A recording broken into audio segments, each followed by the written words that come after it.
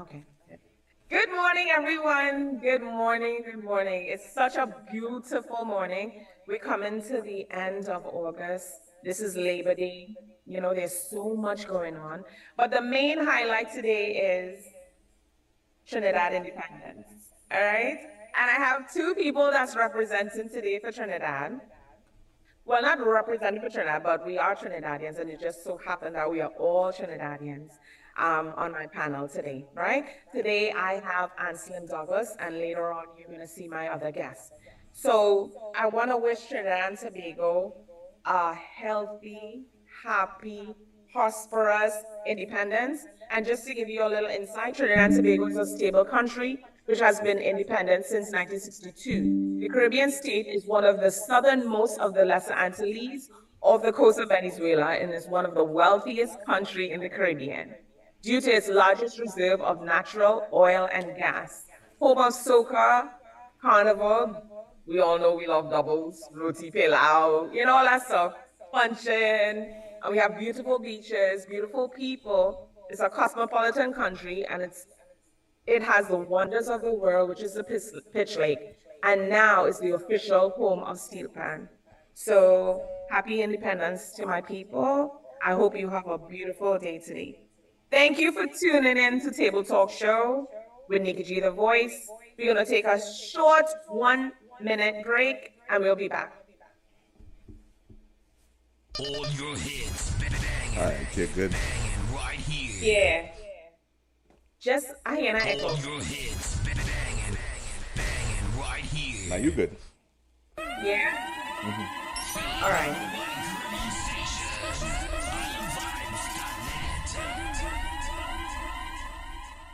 But if we come on, we wouldn't hear the echo, right? It's kind of good. Give me the wine, give me the wine, give me the wine, girl. My back's against the wall, and your back's against my chest. Baby, don't stop at all, 'cause this feeling is the best, girl, when you wind up, whoa, and you roll that bumper on me, yeah, yeah, yeah.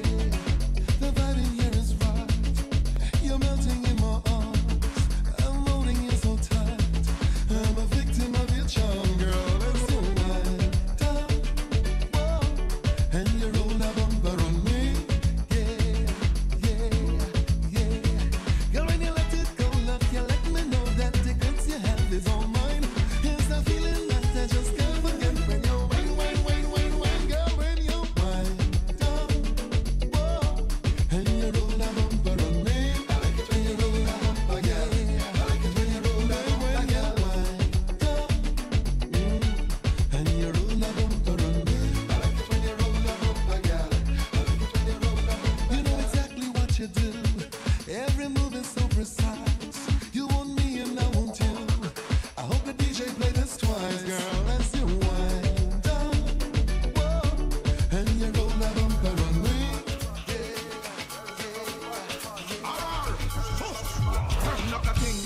Knock a ting, everybody knock a ting, knock a ting, everybody knock a ting, knock a ting, everybody knock a ting, knock a ting, everybody with a anyway when the general come, when the general come, when the general come, oh, tell everybody we want it, hot like a job on a Tuesday morning. Anyway when the general come, when the general come, when the general come, boy, tell everybody we want him, back we bad, side step, anytime you step out it, black outfits springing like Jeff Howdy. When we wake, nothing can be about it, because we back from we head to we crep out it. Do you believe that? Long before this and ring clear, Chris original wet men out it. Hunter Rush just pull up with 10 howdies, with Mantel for we arm and 10 howdies. Have a squad that's wicked and well posted, 5 of them in the squad was deported. Whining and gal that hotter than Chipotle, with some slim thick cut out and well rosy. We take a picture, boom, post it up on Instagram. A girl come and repost me, somebody repost she. Say that girl is a monster with anything bad, yeah, they must know we. So knock a thing, knock a thing, knock a thing, everybody knock a thing, knock a thing, knock a thing, everybody knock a thing, knock a thing, everybody knock a thing, knock a thing, everybody watch. Hey, anyway, when the general come, when the general come, when the general come, boy, tell them we bad and we want him, bad like a job on a Tuesday morning. Anyway, when the general come, when the general come, when the general come, boy, tell them we bad and we want him, bad hard like jam jam. Tang check, Joe ring the bell. We find every hot girl tell the thing swell. You pocket them stinker than a dog kennel. So no man could trade me like infidel. Straight up the line, no sir infidel. We go engineer and we go infidel. Send me Titanic down the girl channel. Get between toes that fat like camel. Give them the two bar when I cut some flannel.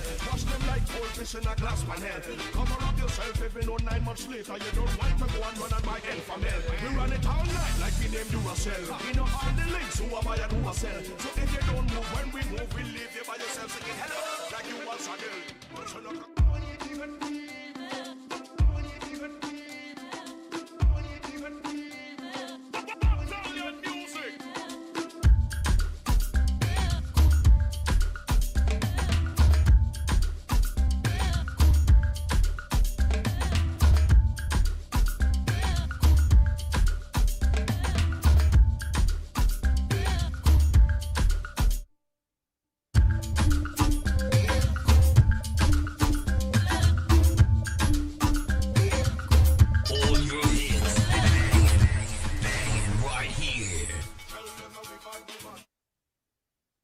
All right, welcome back to Table Talk Show with Nikki G, the voice. I am here with my special guest, who is a Grammy Award writer, singer. He has so many accolades, and we have to jump right into it because you have so much to cover. He is well-rounded, you know. He has a book out as well. He has some new music, so we're gonna get into, and we have a hot topic question that we have to ask him. Well, all of them are hot topic questions, but we have one in particular that we want to clear up today. All right, Anslem, welcome. Welcome to Table Talk Show on Island Vibe. Thank you so much. Thank you so much for having me this morning. You're How are you welcome. doing? How are you doing on this beautiful Independence morning? Oh, I'm doing fine. I'm wearing my colors. Yeah, As I you can try to, but it's the closest thing I had to red. So hey, see. but you know what? We're 62 and getting stronger as a nation. Exactly. It's a beautiful thing. Yeah, but Mhm. just your presence alone, that's a representation. I salute that. I salute that. Yeah. Yeah. So, how was your week? Let me just ask that. How was your week? Well, it's going. This is the week leading up to Labor Day, and this is the craziest week in New York. I think the craziest week in the U.S. when it comes to Caribbean culture and music and all that stuff. So, I mean, there are other huge carnivals around, like Labor Day is coming up, Miami is coming up, and you Yeah. have a few of them around. But Labor Day is where something about New York, everybody just want to be here. It's Caribbean carnival in New York, so the True. streets are crazy. In a good way, people are having fun. The Yeah. backyards, the cookouts, all that stuff, and then in between there, I still have to find time to do my little performances because the thing about it is, when you have a weekend like this or a week leading up like this, Mhm. everybody wants, even if it's just to pass through their cookouts. You don't even Yeah. have to perform. You say, Anslem, just pass. I'll make it happen. And you know what? These are people who've been supporting your business for so long. Yeah. I've been in the business now professionally. I mean, from a child, I've been on stage, but I'm talking like as a professional entertainer. We're looking at 36 years now, Mhm. So people been supporting me from then till now. Yeah. So you find somebody say, Slim, it's past you and vibes, man. Yeah, I passed you. Yeah. Pass through and just, greet everybody, take some pictures, a little bounce here, a little bounce there. It's just Yeah. love thing. Sometimes you grab the mic and sing a little 2 songs, it's nice of the crowd and you leave, it's a beautiful Exactly. thing. A And beautiful thing. that's how the culture is, Yeah. People, I have friends who ask me, oh, who could you ask to pass through TV? But just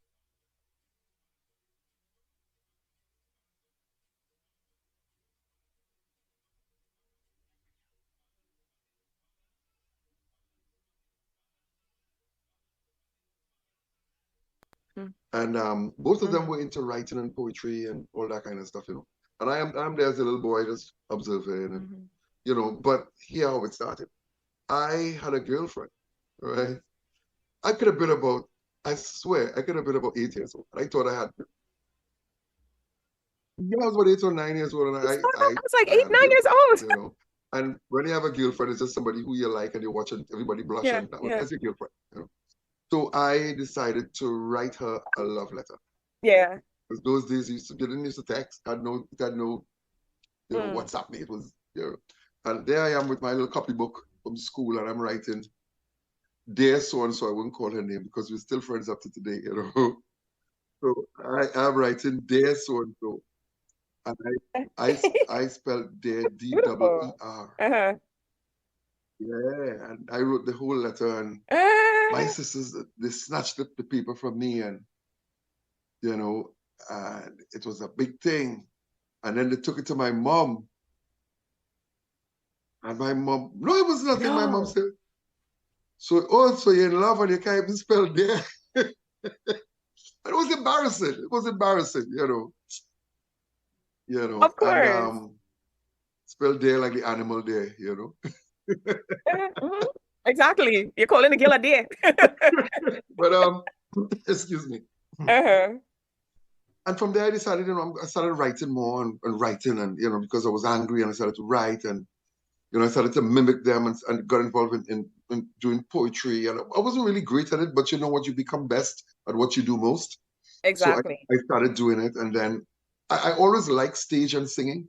Because my mom had a kindergarten school, and every year she would have a concert in the community center to raise funds for the school. So, she not hiring any professional actors when they have a little skit or a play. So it's her kids and people from the school and parents and all that stuff. So that was my introduction to stage, you Mm. know. And from there, as I grew older, I ended up joining the Pentecostal church. And I remember back in the day, there was a show on radio called The Hit Parade with Dave Elcock, on a Sunday evening. You you Yeah. would you wouldn't know about it. Probably heard about it. I heard, no, trust. I look a certain way, but I remember Dave Alcock. But maybe not that particular show, but I remember The, him. the Sunday Hit Parade with Dave Elcock, Yeah, and he yeah, would play all the top songs for the week, like a chart. yeah. And me and my sisters, we would push the furniture aside because we had like hardwood floor and it was polished. Hmm. So you put on your socks and you try to dance like James Brown and like Michael Jackson, and you're trying to sing like we mimicking Captain Antonil, and those are the songs I grew up on listening to those people, of Mm. course, because in those days, calypso wasn't something that you would hear year round.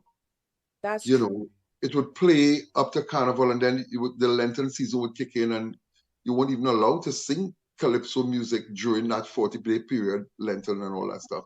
So a lot of the music that you would hear would be foreign music. So you would hear from the Jackson Five to James Brown to Marvin Gaye to and you try to mimic these people and you dance like them, and take Mm. your broom and your comb and your mic and you're singing. And so it started there, and then of course when I went, I would tell my mom and say, "Mommy, aren't I singing like Sparrow?"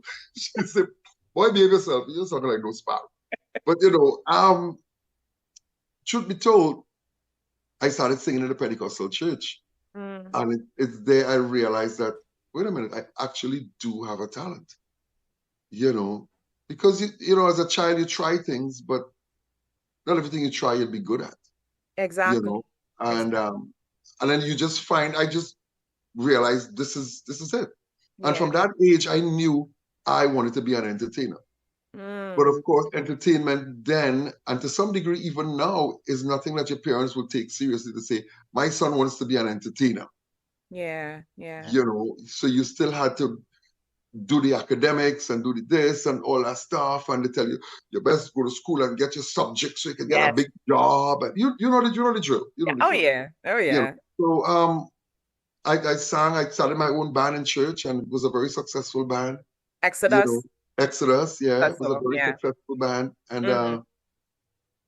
and then, well, the lure of the bright lights, So I ended up moving away from church and got involved singing with pubs and clubs all around San Fernando. And I could have only been about 17, 18 years then. Oh wow. I was singing in pubs, even people like myself, Francis Prime, the saxophonist, Kenny J, God rest his soul. All of Hmm. us were in bands together. I was the baby in the set because they were grown men to me. Yeah. And I'm performing all over. There was a guy by the name of Buddy Love who used to Hmm. do limbo and all that stuff. And he, you know, it's only as I got old I realized most of the places he used to perform were places where you would go to meet ladies of the night. I I, I was unaware. I just go and perform and I left. But it was that kind of place. So you know, I had the experiences from everywhere, Yeah. from the church to the strip clubs. You know, I don't know if I can say that on the show. You Yeah, know, oh yeah, of course. Of course. It's so not censored I had in the that sense. opportunity to perform in all these places, Mm-hmm. and then you know, to speed it up, I ended up joining the Trinidad and Tobago Coast Guard. Just as I turned 20, you Mm. know, I joined the Trinidad and Tobago Coast Guard. And I remember being there and working and singing. And, you know, I always like to work alone, Mm-hmm. you know, and the military is really a team sport, you know. Okay. But, you know, the the the coxswain on my boat, the boat I was working on, Mm-hmm. um, Chief Thomas, he realized that, so he would put me to work alone. I would be on the jetty doing my stuff, you know. And one day the commanding officer sent to call me, Mm.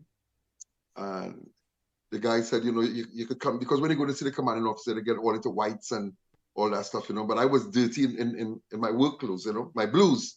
So Yeah, I went yeah. to the office just like that, salute and all that, and he said, "Tell me something. You like singing?" I say, "Yes, sir." He say, "You're damn good at it too."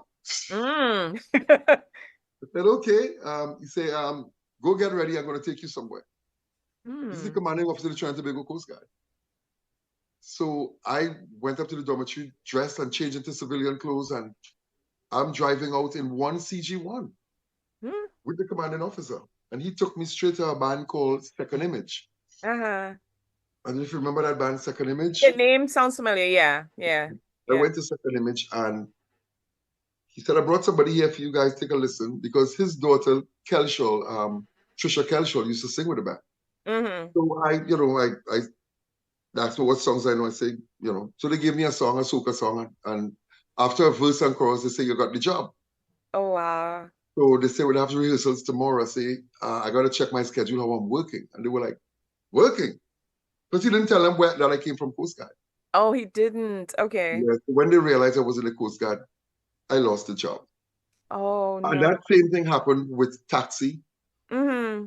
and with Song Revolution. Oh, I really? got the job at all with all of these bands, but Uh-huh. I couldn't. They wouldn't take because these are traveling bands, and you're in the Trinidad and Tobago Coast Guard. Oh yeah, you have to be able You to can't be a travel. lead vocalist with a band and you can't leave the country, you know. Yeah. So at that point, I realized I could do this because if I went to three of the biggest bands in Trinidad and got the job, which means I gotta be pretty good at this, you You know. have exactly, exactly. So in 1990, which would have made it 6 years that I was in the job, I joined in 1984. Mm-hmm. And in 1990, that is when there was the attempted coup in Trinidad. And Mm-hmm. at that point, I realized that my job may at some point require me to take somebody's life. The reality hit me, you The know. reality of it, yeah. Yeah, because you know you train with weapons and they do all that stuff, but training and the actual thing now, you're in the middle of an attempted coup. There's gunshots going off all over, and you're like, I'm gonna kill somebody tonight, you know. It just dawned on me. I said, you know what? Maybe I don't really want to do this, you know. Uh-huh. And on the 15th of October, 1990, I was struck off the strength of the Trinidad and Tobago Coast Guard, you know, Mm. and I became a civilian again. Yeah. And by the following year, September, the 15th of September, 1991, I ended up signing a contract with Kiskiddy Records. So it was 1 year day to date. I signed a songwriting, publishing, and management contract with Kiskiddy Records and Hickrick Music, you know. Mm-hmm. And with that same month, Atlantic, which was one of the biggest bands in Trinidad at the time, Yeah. came to me and I skipped something. Earlier on in 1991, a gentleman by the name of Kenny Phillips called me Uh-huh. and told me he wanted me to do a medley of the songs that year. So I did that medley of the songs for Carnival that just went. So I did Mm-hmm. that medley and that started to play every single place. You was just hearing it. It was like, it was nonstop. Every radio station it was Was just playing filled. it. Uh-huh. And that's when Kiss Kitty Records called as a result of that, because nobody knew me. Because remember, I was never in the big bands. I got the job, but never had the opportunity But to perform. never stayed. So Exactly. now it's a new voice on the scene, and who's this person? Who's this person? So Kiss Kitty called me, and I got a contract. And then Atlantic, Mr. Cliff Harris, and they came to me and said, you know what, we're looking for a lead vocalist. Yeah. And lo and behold, I'm now signed to Kiss Kitty Records and the lead vocalist in one of the biggest bands in Trinidad, Atlantic. And from there, it never really looked back. You know, it Because never you really found looked your back. place. You found Yeah, your I place found my place. And I after worked all. with bands. I worked with Atlantic for 2 years. Then I went solo. Then, you know, myself and Steve Seeley, and then we formed another band called Horizon. You know, worked with them for some time. During that solo period, I did a 1-year stunt with Song Revolution. I think that was their last year, really. Okay. You know, and then quite recently I did a little something with what used to be Charlie's Roots and became Pelham Roots. You know, so even in my solo career, I would take a little lick with a band here and there, you know, just because band life is what I know, you know, I love band, you know, so, and that's pretty much my music story. So what I wanted to, as you spoke about being in the Coast Guards, what made you go into the Coast Guards? I think growing up, I was always in some sort of, you know, discipline was always part of it, from Boy Scouts to cadets, you know, and then Coast Guard just seemed like the natural progression, you know, the military.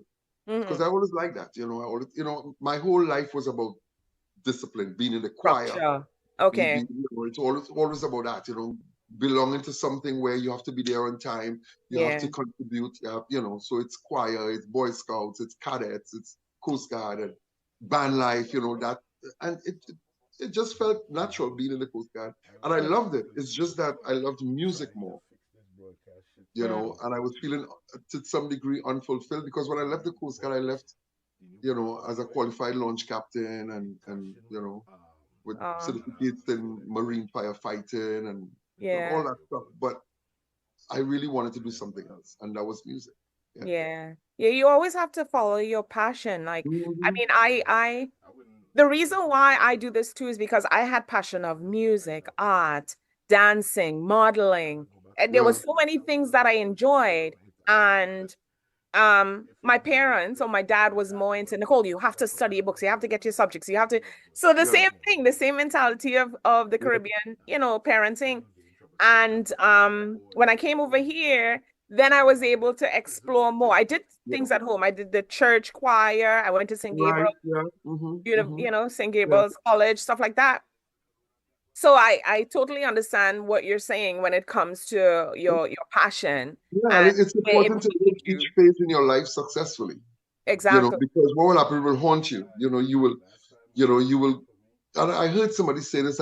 It's been said so many times, where when people are on their dying bed, they don't regret the things that they did. They always regret the things that they didn't do. They'd never exactly. What you know, if what that you what did, if you did. factor? What you did, you did. But for the most time, you say, you know, I always wanted to do this, and you know, I really should have followed this, and I should have married that girl instead, or I should have, you know, all the things that they didn't do. Yeah. So you know what? Chase your dreams, do it. Exactly. I had a big question. Normally the thing is, normally I have like a 2-hour show where we go in depth of everything. But I mean, I love how you conduct and you talk about your thing because you went through all of my questions. My question, which is great. Yeah. Which is great. But I had a big question for you, right? In reference to the song Who Let the Dog Out. I watched your entire documentary about it. And there's a part that you came to where you were saying, I think what's the name of the man? The Baha Man, when they, you know, end up with the song and so forth, and they had the name of it. I felt that passion in you kind of sink a bit, or like a hurt, because someone took your baby and ran with it and made more out of it, even though it became like a world history song, I should say. Well, so how did every song that I write is a baby. Yeah. You know, and you could talk to any songwriter. Every song that he writes, he thinks it's a hit, you know. Yeah. else you wouldn't write it. You wouldn't True. waste time. You think that every song you write should be a number one hit. In Mm, reality, it doesn't work that way, right? true. So, um, Who Let the Dogs Out? When I did that song, it was a massive hit in the Caribbean.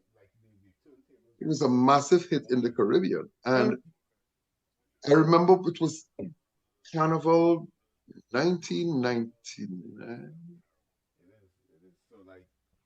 Was it 99 or Carnival 2000? I was in Trinidad. mm-hmm. Nearing Carnival 2000. Yeah. And I got a call. I was just out of the shower. I had my towel wrapped around me, dripping wet, and the phone kept on ringing. So I answered, Uh-huh. hello, And funny, the house phone rang. I was in Trinidad. The house phone rang. I Mm, was like, hello. And we musicians always playing pranks on each other. It's a thing. really? So I'm like, hello. And there's this American New York accent voice on the phone. Mm. Hi, my name is so. I'm like, yeah. What's up? Who's this? You know, say, oh, this is. I don't want to call his name, Mhm, mhm, but mhm. let's say his name is John. He said, this is John, and Yeah. I'm calling concerning your song, Who Let the Dogs Out. So I said, okay, but I'm listening, and the accent is too perfect. It's too real. It's not somebody pranking, because some of these entertainers can put on an American accent. You swear that they were born in the Bronx. Easy, easy. We're very versatile with our accents. So I'm like, somebody just tell me, Anslem, this is for real. I said, hello? Yeah.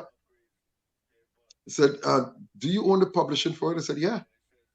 He said, well, you know what? We found a group um, that we would like to do a cover version for your song. Um, who would we talk to? I said, well, I'd have to talk to my manager. Hmm. And I gave them the name of somebody who I was talking to about management at the time. We weren't even signed up yet. Hmm. So I came off the phone with him. I gave him that number, and I came off the phone and called my manager one time and said, listen, so and so is going to call. You're my manager. All right, handle stuff. So, so they did call, and then 20 minutes after he called me back, he said, these people for real. They're really interested in Who Let the Dogs Out.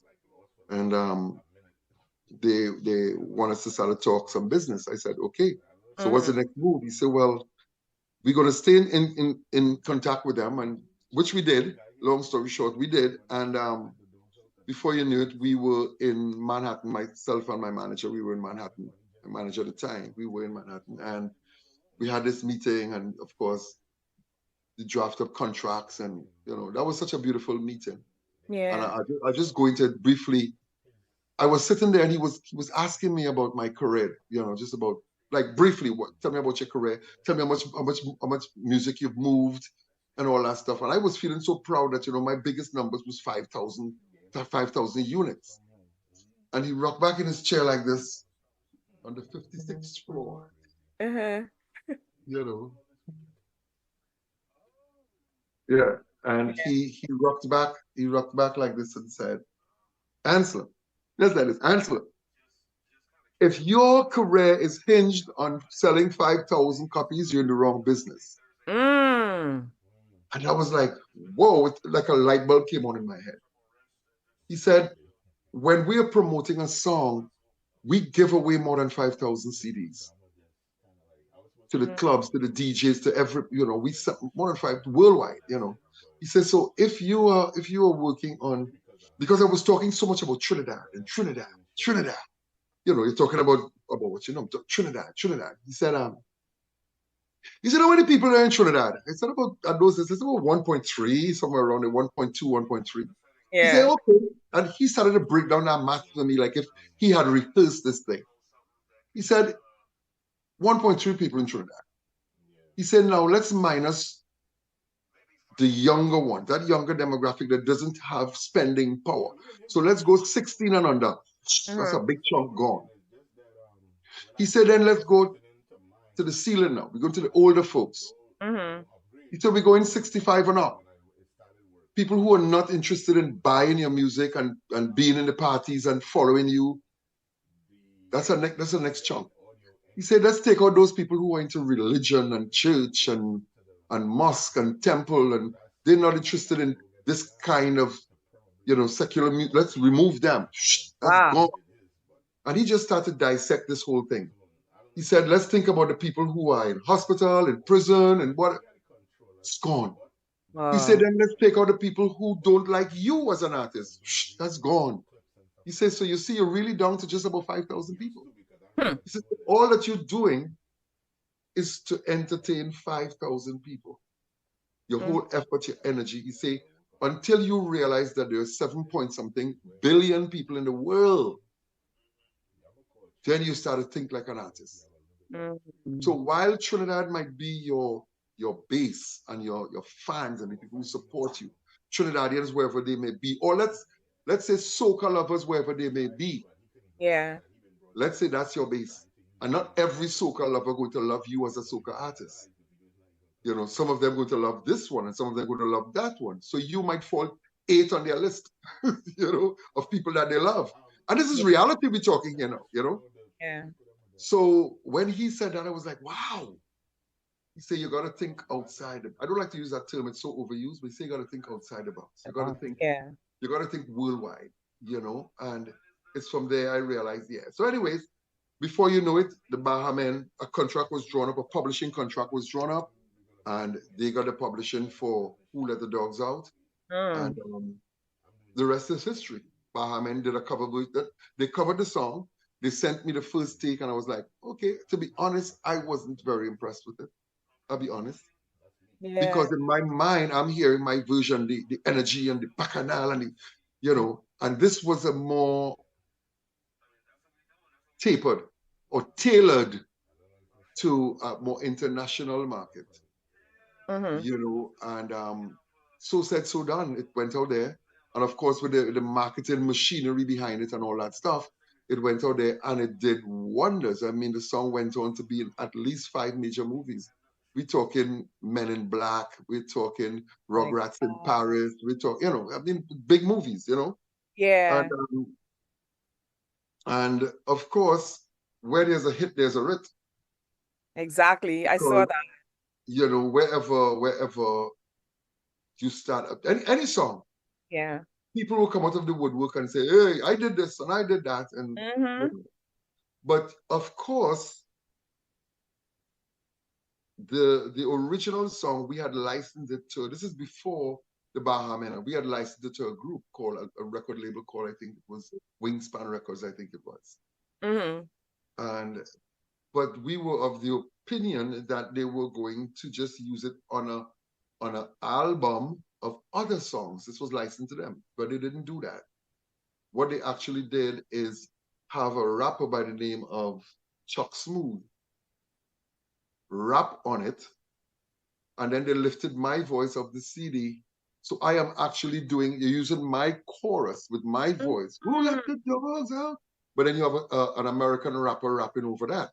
Yeah, I heard. I seeing the video that was sent to me, I saw like how they made it and why they made it more Bahamian. No, not the Bahamen.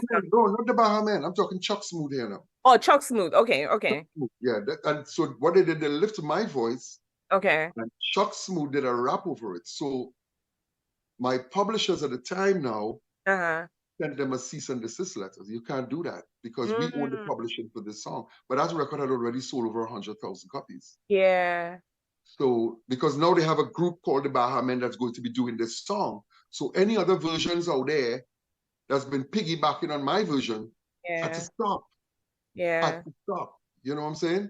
Yeah. So that being said, a whole lawsuit thing came up. So people thought that I was in court with the Bahamen, and that was so far from the truth. Oh, it wasn't. Okay. It wasn't. Me and the Bahamen, with my publishers and manager and everything, had a legitimate contract for them to do a cover version of my song. And that's what I thought. That's what, not to cut you off, but that's what I thought happened because, I mean, I was younger then and I didn't know about this.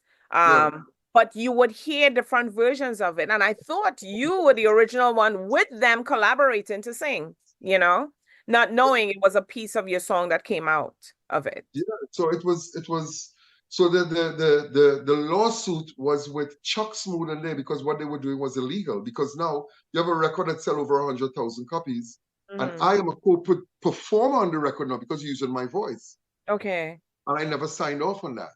Okay. You know, so it was back and forth, and you know, court cases out here, legal battles here could cost a pound and a crown. Oh yeah. So it was crazy because when your lawyers charging you 500 back then 500 US an hour, and a case going on for 5 years, that's a lot of money. It is. So at the end of the day, there was a settlement, and which I can't discuss, but there was a settlement, and I think the settlement only came because money was dwindling now, because it's 5 years now. So you know, so everybody realized, you know, instead of us doing back and forth, let's just settle on a figure. You know, because it kind of was about like who has the deeper pockets. Okay. You know, so it was settled, and we moved on, and you know, a lot of money was lost on nonsense because somebody was trying to claim something that they didn't do, they didn't work for.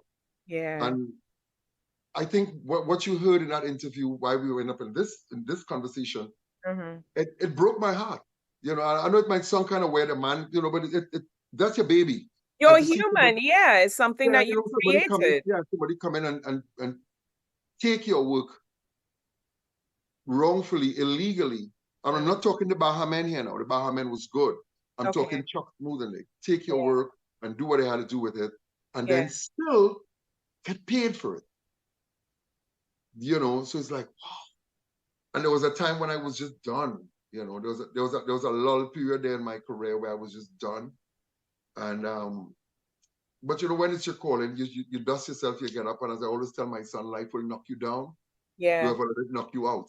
You know, True. so I dust myself, and I was back in the game again, and I'm still here doing it. And making great music. Also an author. Could you just dive in a little bit with that? Being an author and the books that you've written. Well, as you know, I was always writing as we started the conversation talking about writing. Yes. I remember one year I drove down from Toronto because my mom was visiting the US and now she's going home. So I drove down from Toronto, so I'll see her before she left to go back to Trinidad. Yeah. And so she's packing up to go, and you know, when you visit and you're going back home, it's every suitcase you could find, everything. You just want to ship down barrels, you want to do all sorts of stuff. Exactly. So I am in the apartment where she was, and I said, oh lady, you know, don't take none of these American mice here and ship them to Trinidad in their suitcase. I was like, and a light came on in my head. So I'm talking with my mom, and I've told this story so many times, but I'm talking with my mom, and half of my brain is working on this story about a woman who came to America and worked, and she's going back. You know, so based on that, I started to put meat on that, you know, and build around it. Yeah. And before you know it, I had a book called, I mean, I'm cutting to it now because it's going to take too long to tell you the whole thing.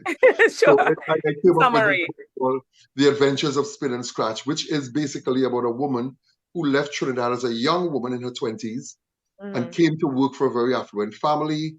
And she worked for 20 years. She worked for 40 years, actually. And never went back home to Trinidad. So she had nieces and nephews and stuff who wasn't born when she left, and they're grown now. So she is at that point, during that time, you know the familiar story, she saved her money, she built a beautiful home back in Trinidad.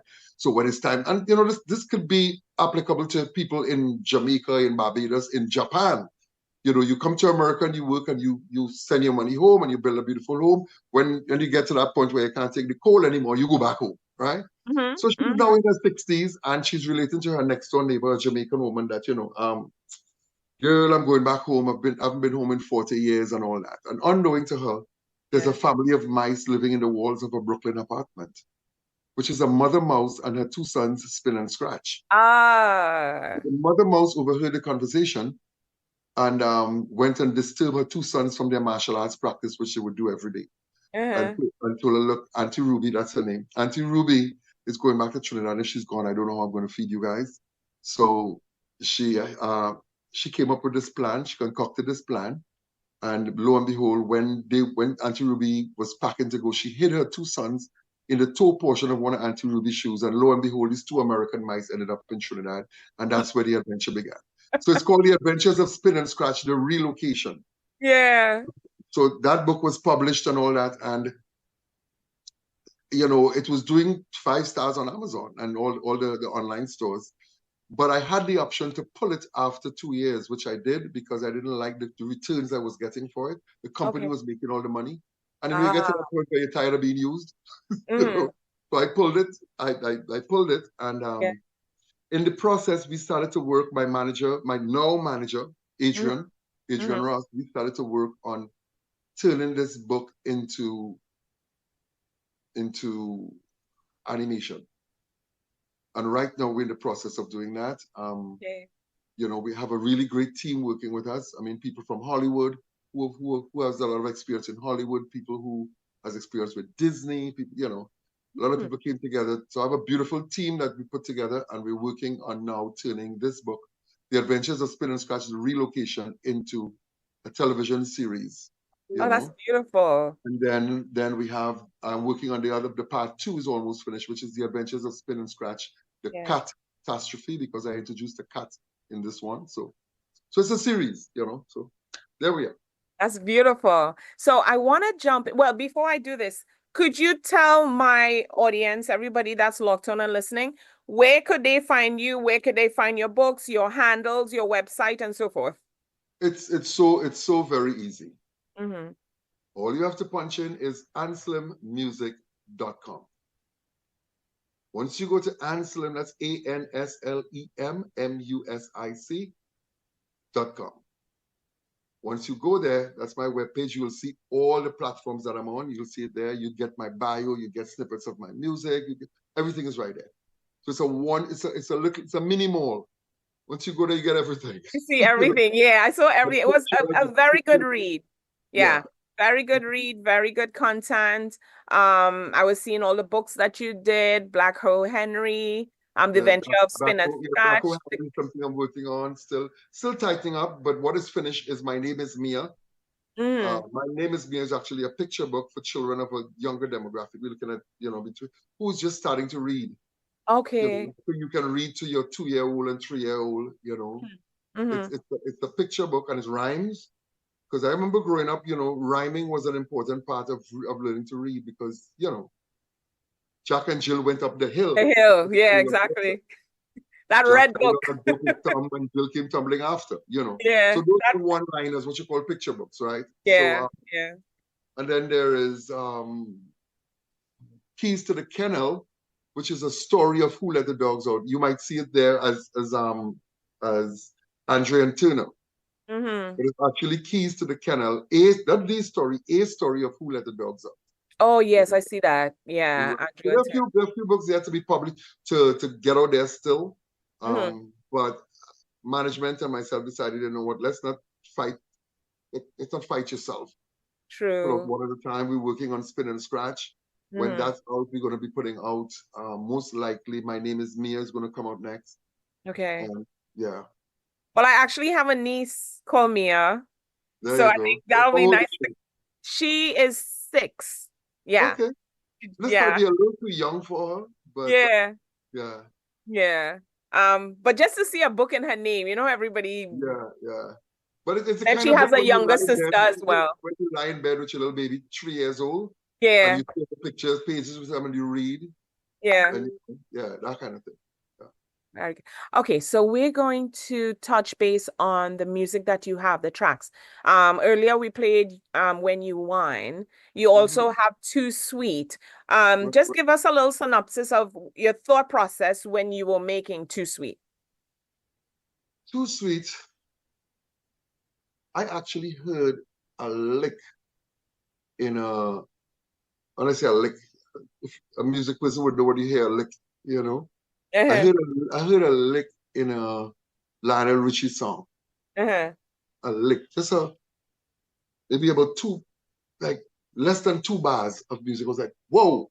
And I heard that, and that kind of spawned the whole idea of not the lyric, the melodic structure of it. And then the story is kind of based on a true story. You know, parts of it is true. Like I remember walking into Palms Club in San Fernando. Those days, we used to have a lot of fetes in Palms Club. And I walked into Palms Club and I saw this girl. I was like, whoa. You know, you see some people and it's like, they just knock your socks off. It's like, no. And it's the kind of person you just know are not in that league. You don't even want, it's just somebody you have to stay from a distance and admire because it's like, you know, like, yeah. you know, like, there's no words, you can't even get your words right to go and talk to that person because you leave it alone. This is that kind of way, you know. And what happened was I just had to build a song with that moment, that memory, you know, and the lyric as I walk through the gate and the tear me ticket, my eyes stumble on she. I'm not a man who need props, but the way she top up, I needed one immediately. So Mr. Barman, give me a cold Guinness and a stiff drink or something. I say I give her a love more than crab and dumpling. Oh you know? my God, that is so sweet. So we have the song playing. We let everyone hear a snippet of it, and then we'll move on to the next song. All right, cool.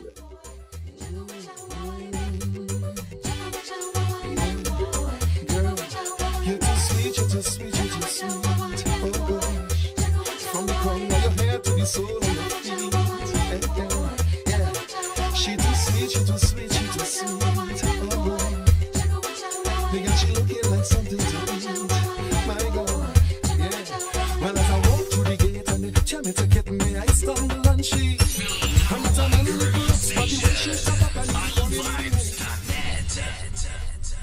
and So you also have, so that was 2002, right? Around that time. Then you have Dancing With You, which came about in 2014. Yes. Just give us a brief synopsis of your thought process when you made that song. It's been so long, Dancing With You, I can't, but it's always, like when I write, I am present, I am there. Yeah. You know, I am, and if you listen to the lyric of Dancing With You, it's, baby, I don't want to sound rude or suggestive because I know sometimes as men, we could be kind of crude and abrasive. But I'm telling myself, you have a man, you're too cute to be single. And if that is the plan, I'll understand and I won't give you trouble. But I hope you're not around because I'm playing my song and I really want to dance with you. You know, so it's really a conversation, you know, because I remember Prangalang, God rest his soul, Prangalang was saying, he said, people are writing now and you can't, reading and writing go together. That's what we learn in school, you read and write. And if you write something and you can't read it and make it make sense, then what you're writing. So if you listen to all of my songs, even if it's a party song, there is follow, there's format, there's reading, there's making sense. You know, so this particular song was just me being out again in a party environment. And there's this girl, again, a woman, and she's just nice, and I want to dance with her because they're playing my favorite song, and I want to dance. Right? I ain't looking for a wife, just want to dance, you know. And I think that was in a nutshell, that was the thought process behind it. Yeah. Very nice. All right. So here, we're playing Dancing With You. Yeah. Dancing with you, dancing with you, dancing with you, dancing with you, baby. I don't want to sound rude or suggestive, no, because I know sometimes as well we can get kind of crude and abrasive, yeah. What a limbs are nature of a man, it's cute to be single. And if that is the plan, I'll understand and I won't give you trouble. Oh God, mama, God, hope you're not around, but they're playing this song and I really want to dance with you. I hope some out like you people make it right and for once it is to come true.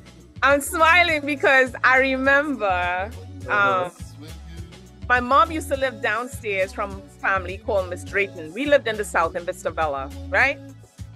And the people upstairs would have these disco ball lights. And here I am, like probably 5 years old or so. going upstairs and hearing these songs and seeing them dancing to the songs, and so I knew a lot about these romantic singles. And then I think I saw where you liked Peebo Bryson and other singers, yeah, and stuff like that. So it just brings back the memory when I'm listening to you sing. It just brings back all those memories. Right. Very, very nice song. Very nice song. But since you mentioned that where you're telling the lady, she's too cute, and you just want to dance with her and stuff like that, and you speak about struggling, I just want to touch on breaking the cycle abuse, and then we're gonna come back to your most current song. So breaking the cycle of abuse. Could you give us a little Yeah, synopsis? sure. I think every entertainer should have some platform, something that they're passionate about, because we have so many issues in the world today. We have, children hungry. We have Yeah. babies now being born diabetic. It's a crazy place. So I think artists should use their influence and their voice not only to make people dance. That's important. Don't get me wrong. Dancing and having a good time is important, but I think it's also important, or equally important, to shine some light, using your voice, using your platform to shine some light on issues that affects all of us. And I think one such issue is domestic violence and spousal abuse, because it is no respecter of gender or ethnic background or financial standing. It just affects everyone. And I for a young child, I thought it was really weird that a man would beat up his wife and then say, I love you, right? It's like that. There's a disconnect. There's something is kind of crazy. That's a level of madness that I never understood. Yeah. That you would look at another human being and punch them in the eye and break the hand, break an arm or something, and then say, "You see what you make me do? I love you, right? Some people need help." So I just decided to use that to make that my platform and bring awareness in any way I can to this scourge, this thing that affects all of us, because I know, I know that somebody who has been, who is being abused physically, verbally, emotionally. There's always that, and people might think when they hear domestic violence, they might think it's just a man beating a woman or a man taking advantage of a woman. Sometimes it's the flip side, and men suffer in silence too. True. Because they're ashamed to say, "Boy, my wife insults me in public." That's verbal abuse. True. And she'll come on my job and embarrass me. It's social. You're abusing me. It's abuse. Anyhow you take it. So.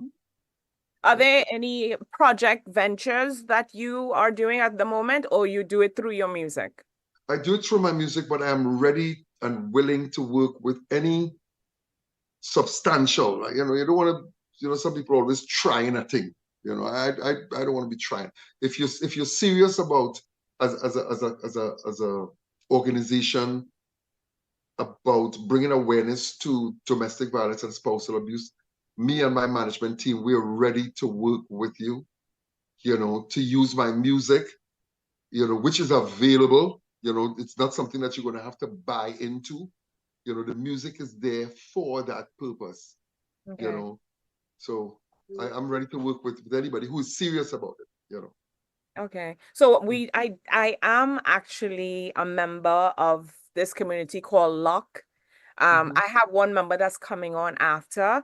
I'll send you the information for that, because I'm sure they would. Lock like in lucky, or lock like in lock and key? Lock and key. Okay. So Lord and Ladies Overcoming Abuse and Neglect and so forth. So I'll send you. I know you didn't see the play on that word there. Lock like in lucky, or lock like in lock and key? Oh. Yeah. So she does have it, Lord and Ladies Lock and Key. Is it an acronym for something? Yeah, Lords and Ladies. Let me get the thing here. Lords and Ladies Overcoming overcoming challenges. And she does have a lock in her symbol. You probably won't be able to see it on my phone because of my background. Yeah. But she's one of the people that I interviewed probably like a month ago or 2 months ago. Yeah. Okay. And they have male and female members in it as Yeah. well. So Yeah. you can share my email. You have my email address, I'm sure, or you can share it with Arlene. Okay, no Yeah, problem. share with Arlene. Yeah. No problem. No problem. Yeah. All right. So is there anything you would like to tell our listeners as far as the work that you do, what's coming up, what projects you may have coming up? Well, I'm always in the studio. I'm always writing. I'm always working. So there's a million projects there. The latest thing we have is a new track called We Nice. Be nice. Which, Yeah. yeah, which was just released 2 days ago. It was only a DJ release, like it's not out there. So if you go onto my webpage, you won't see it there yet because it was a release just for the DJs, Okay. and shortly, I think before the middle of this month, it's going to become available to everyone on all the streaming platforms Okay. via my website. You could just go onto and we'll take you right there. All right. Are we able to play it now or is it Sure, you can. Yeah, it's available yeah? for the DJs. Yeah. All Yeah. right. So my DJ is gonna set it up for us. But I just want to say it was such a pleasure. An hour goes by so fast. It Yeah. was such a pleasure speaking to you, especially on Independence Day. Like, Thank you so very much. I appreciate it. and I always believe that everything happens for a reason, you know. I Yeah. saw something about your music that was online, and then I saw the email from Arlene. I'm like, what a coincidence. Yeah. You Yeah. know, such a coincidence, but it's such a pleasure and an honor. What is amazing too, and I know we're rounding off here, but what is amazing too is that even after 26 years, people are coming out of the woodwork and talking about, oh, I created the hook and I wrote the song and I did. I'm like, Yes. oh God. And one of the things I didn't want to do is to give it legs because it's just crap, Yeah.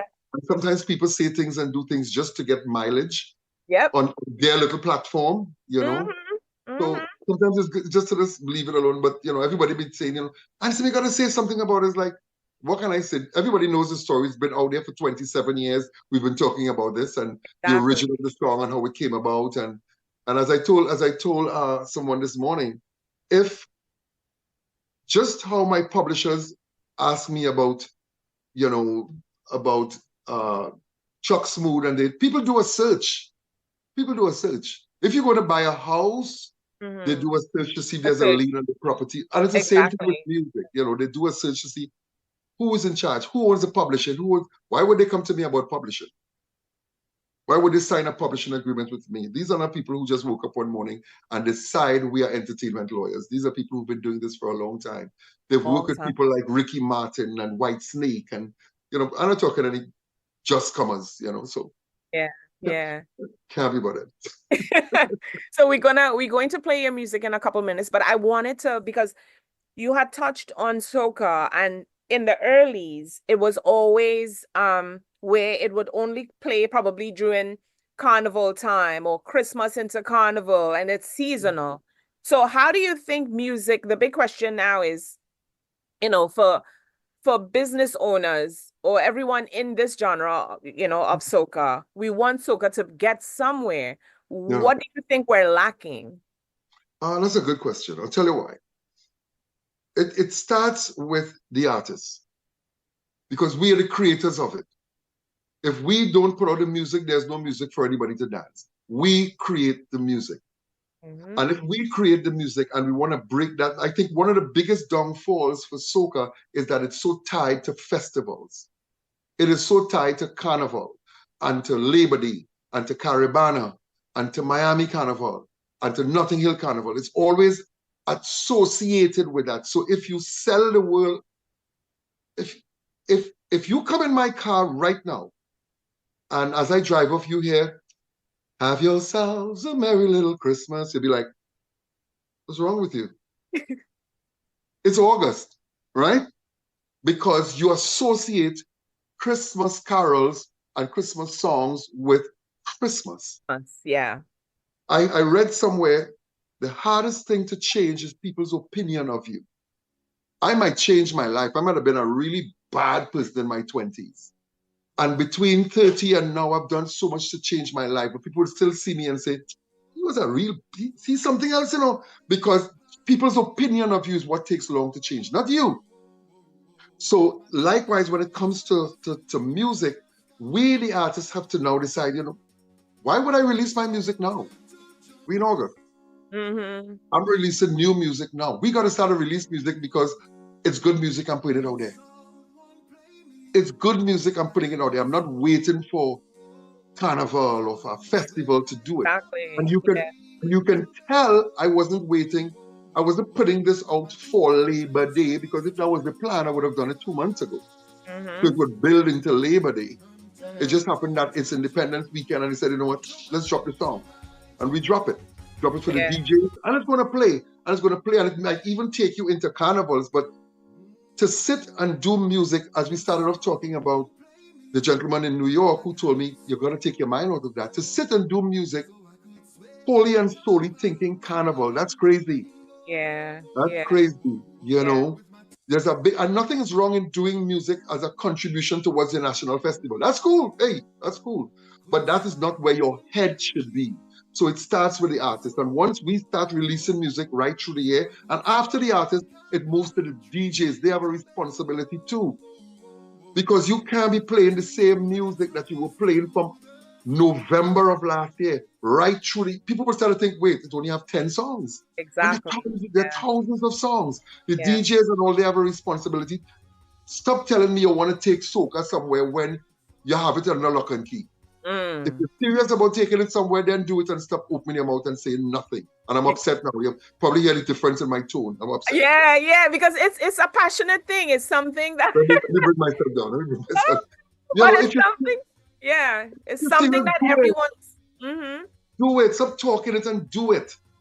The artists, we have a responsibility first and foremost. There's a pointing fingers at myself first. Yeah.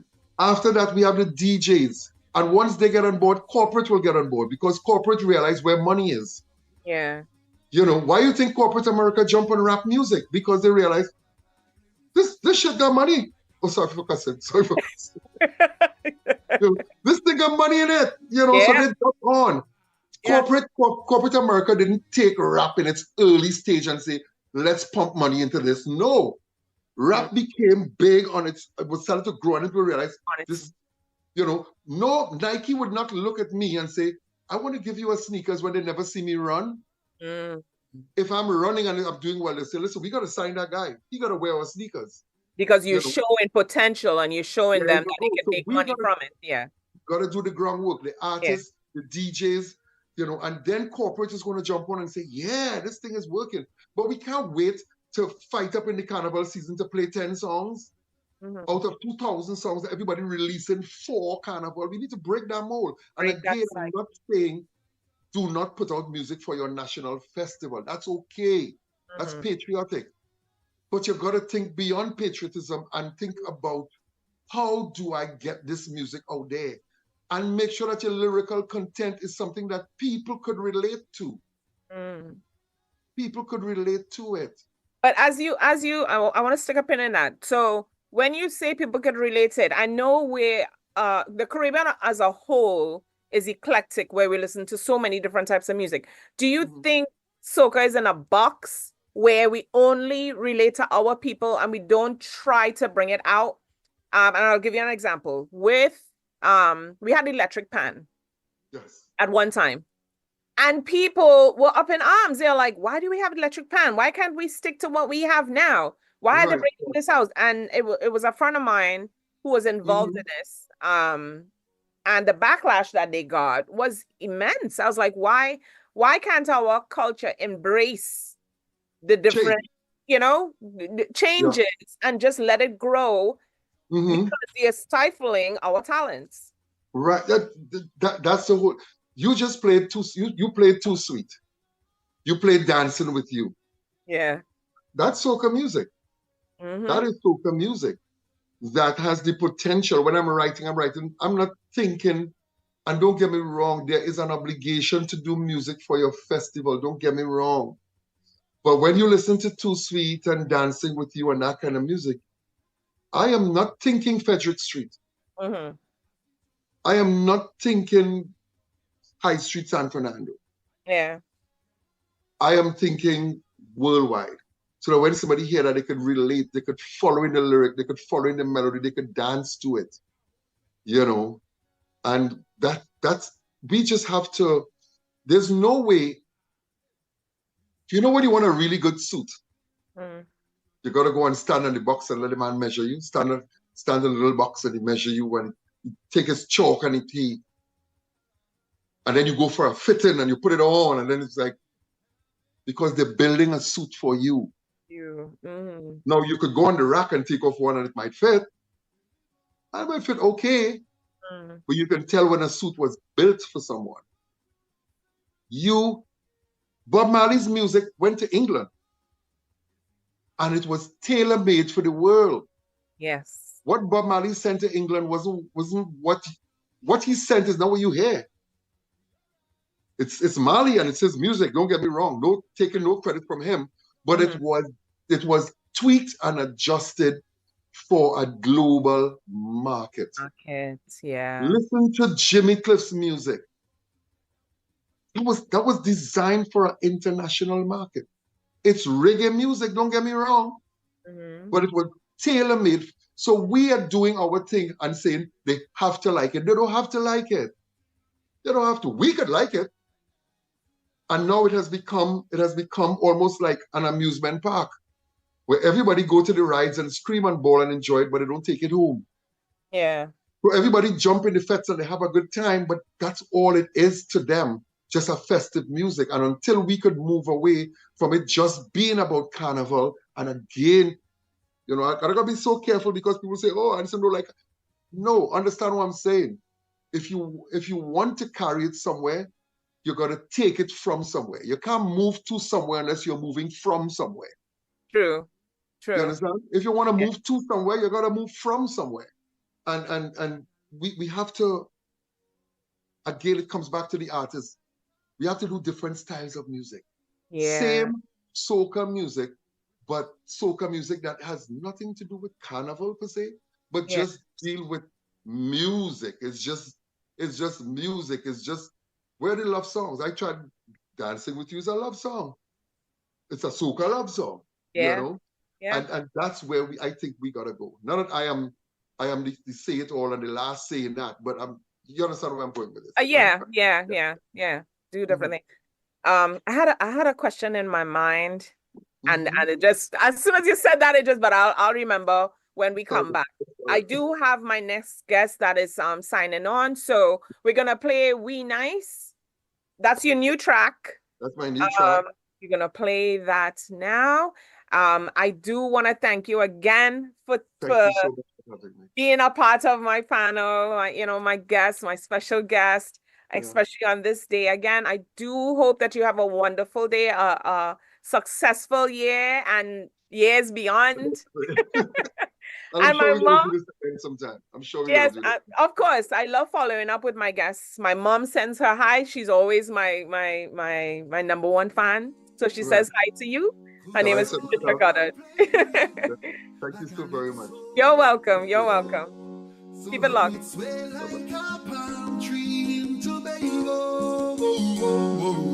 With my two hands raised to the skies, I'm tempted to jump, to jump high, jump high, jump high.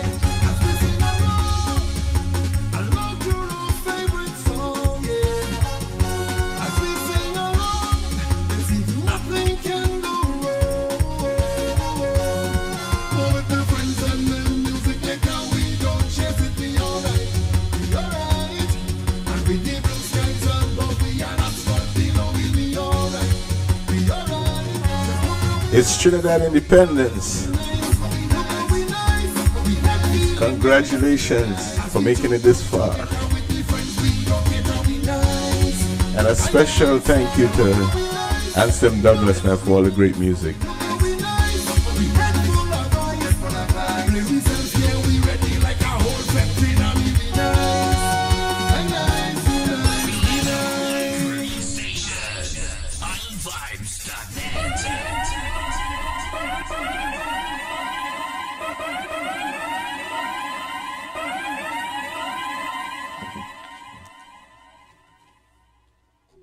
As I told you guys, we have a full pack show today. It is Today is Trinidad Independence. I have another Trinidadian that is on with me. Her name is Benicia Clark. Hi, Hi. Benicia. Hi, how are you? Happy Independence, Trinidad and Tobago. Oh yes, oh yes. You see, when our colors. I know I don't have the colors though. I'm No, wearing purple. as I told Anselm, we're representing because we're Trinis. We don't necessarily have the color. We have the black hair. We're red. We're however you Exactly. put it. We're representing. Exactly. It's in our blood. So Exactly, exactly. But I want to thank everyone for tuning in to Table Talk Show. My guest previously was Anslem Douglas, well renowned. I wanted to introduce you guys, but he waved and then he went off.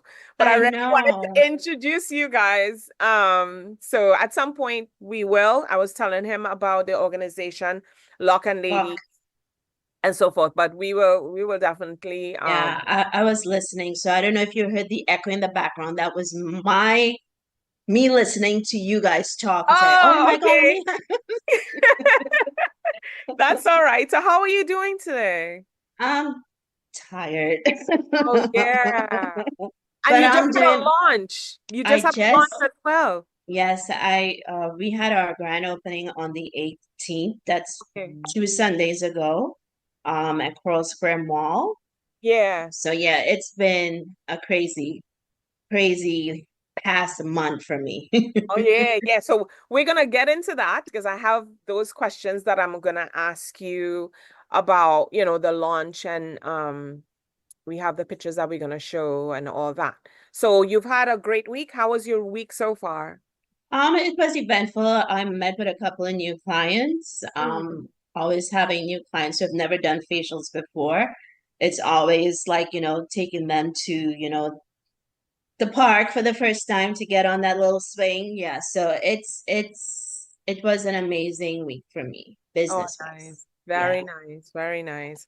All right. So I just want to take a short, quick, Sure, no let's say problem. 2, 3 minute break or even shorter. We play some music. And because it's a jam-packed show, you guys, we didn't have a lot of music in but we did have Anslem's music. Make sure and add him at Anslem Douglas 64, I think it is. Or you could go on my page, Nikki G the Voice. He's there. I've tagged both of them. I've tagged Bernice. I'll give you guys her handles as well. How do you pronounce it? It's It's Marie, it's French. Marie, right? Marie Cosmetics. So that's DEUX_Marie Cosmetics. And you could also add her as well. So we're going to take a very short break, and we will be back with you on Table Talk. Table Talk Show on islandvibe.net.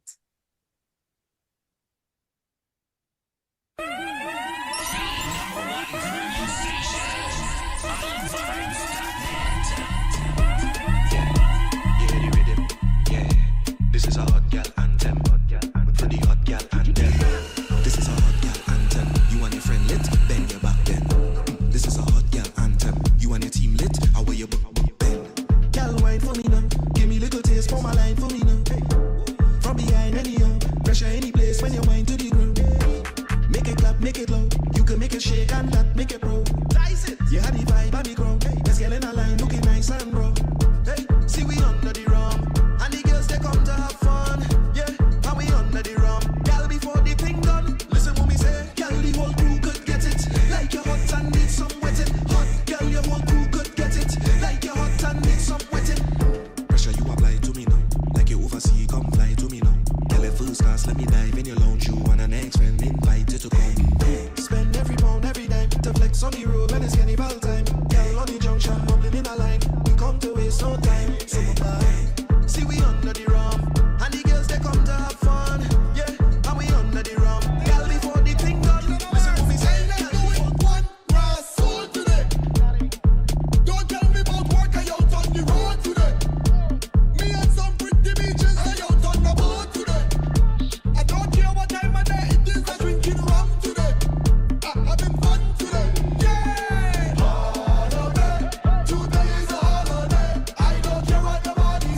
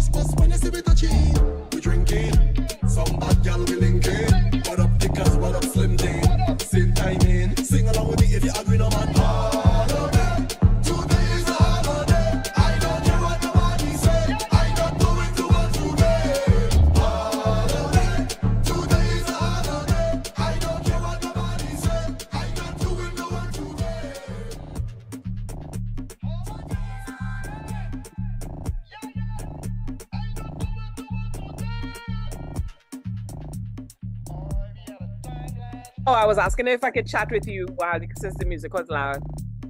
Oh, I see it. I now see.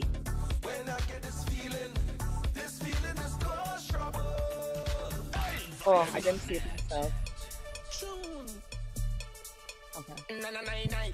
You came back. Watch your step. Wait.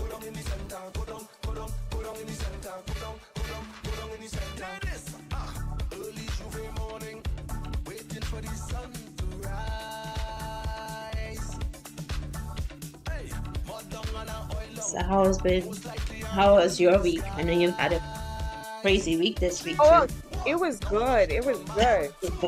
It was very hectic. Like when I told you that I wanted to call you back and we discuss certain things and stuff like that, I had to go to see. There was so much going on.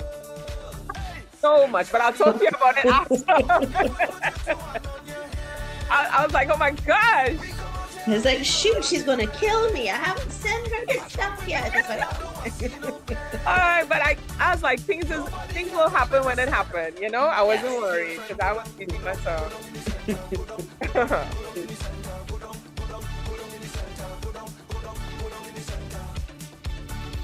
How going on now? All right.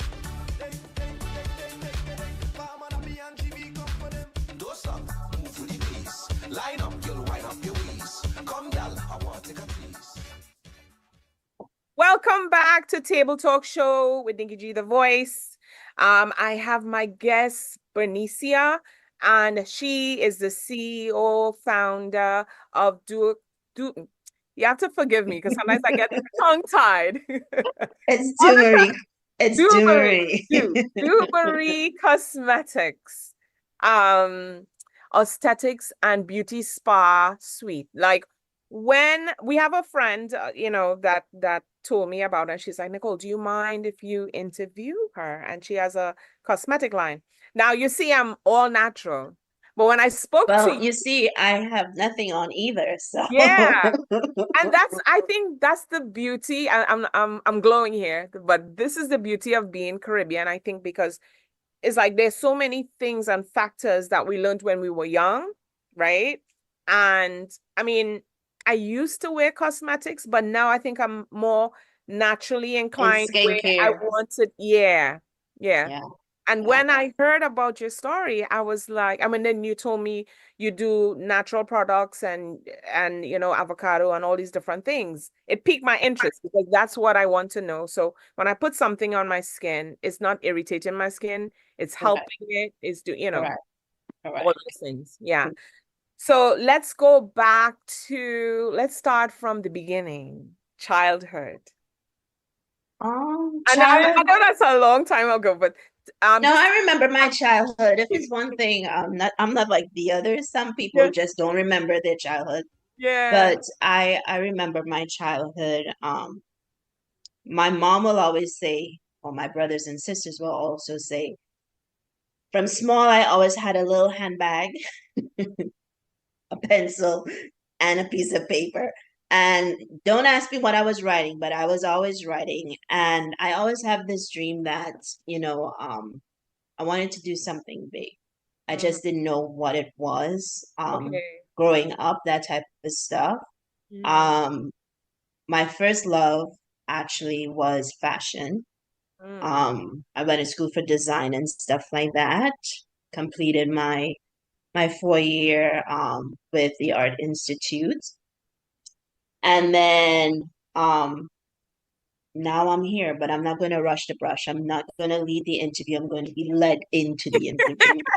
But I right. always knew that I wanted to do something big from a young age. Mhm. I think I in school you always wonder why are they teaching me all these things? Why Yes. why are we doing all these things? Why don't we focus on something?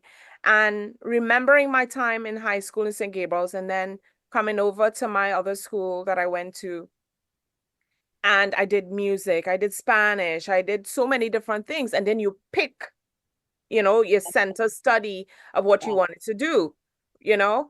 And even though I enjoyed, music and all these things, my dad, and I was telling my guests previously, my dad focused on education and they pound education and you're like, why can't I still be all round, well-rounded and Yeah. everything that I enjoy doing? But Yeah. And I think that's in the Caribbean household. We are, as a girl growing up, you hear, go to school, get a good education, marry someone to take care of you. mm, No, I mean, then why am I getting a good education then? exactly. Um, so, um, um, I'm always trying to figure out what next. And in the interview, you will see how I ended up here. My first love, as I said, was fashion, but I actually started to do music first. Okay. Into music, that type of stuff. I did the Royal School of Arts music program in primary school and into secondary school back home. So I'm a grade 7 or Mm, level 7 in okay. music. Okay. So we take these classes in school. We get graded. We send over our manuscript to England. They grade it and they move us up from one rank to the next. Yeah. So I started with music, Mm, and then moving from secondary school into growing up at 14, yeah. I fell in love with fashion. And I will take you on a spin from fashion into skincare next. Go ahead. Go ahead. You have the floor. So growing up watching Elsa Clench on Saturday, actually, we used to see Elsa Clench on Saturday. And as a little girl, I used to watch all those runway shows and stuff like that. And I always say, you know what? Maybe, I really like this design stuff. And I started to sketch at the age of 14. And my mom said, Luan, I think you have something here. Um, Started to design. I started to research some schools at a very young age overseas. And I found a school called Miami Fine Arts College. Mhm. From there, I reached out to them. I applied and I got a partial scholarship to attend that school. Okay. Things didn't happen the way that I wanted to because, of course, my parents wasn't I didn't come from a rich background. So getting here was a little difficult, but I was determined to make sure that I got out here to do what I was really passionate about. Mhm. And then luckily, I was able to come over here and went to that same school Yeah. maybe 4 years later. Okay. Yes. What Yes. part of Trinidad are you from? I'm originally from Arima, Okay. so you will call that Coco Pile. I'm a Coco Pile, as they say back. Spanish and Chinese background. Mixed. Okay. Okay. So I'm a mutt. Ah, and that's what I was speaking to my guest previously is that, Trinidad is such a cosmopolitan country that we have so many different ethnic groups and cultures within us, it's like a melting pot. Mm, Yeah. yeah, Yes. very. Yes. Yeah. Yes. I mean, if you see my family, you could tell we are Trinidad and Tobago. You'll see Yeah. some who are looking, white. See some totally Asians. Then you Yeah. see the mix, and then you'll see the darker skin tones, and yeah. So you will see everybody in our family. Or same as mine, same way. So after you went to your art institute, I actually went to Walter School of Music, but I Oh, the thing is, I don't know exactly what happened. If I was taken out of the school because of an accident, because I had an accident.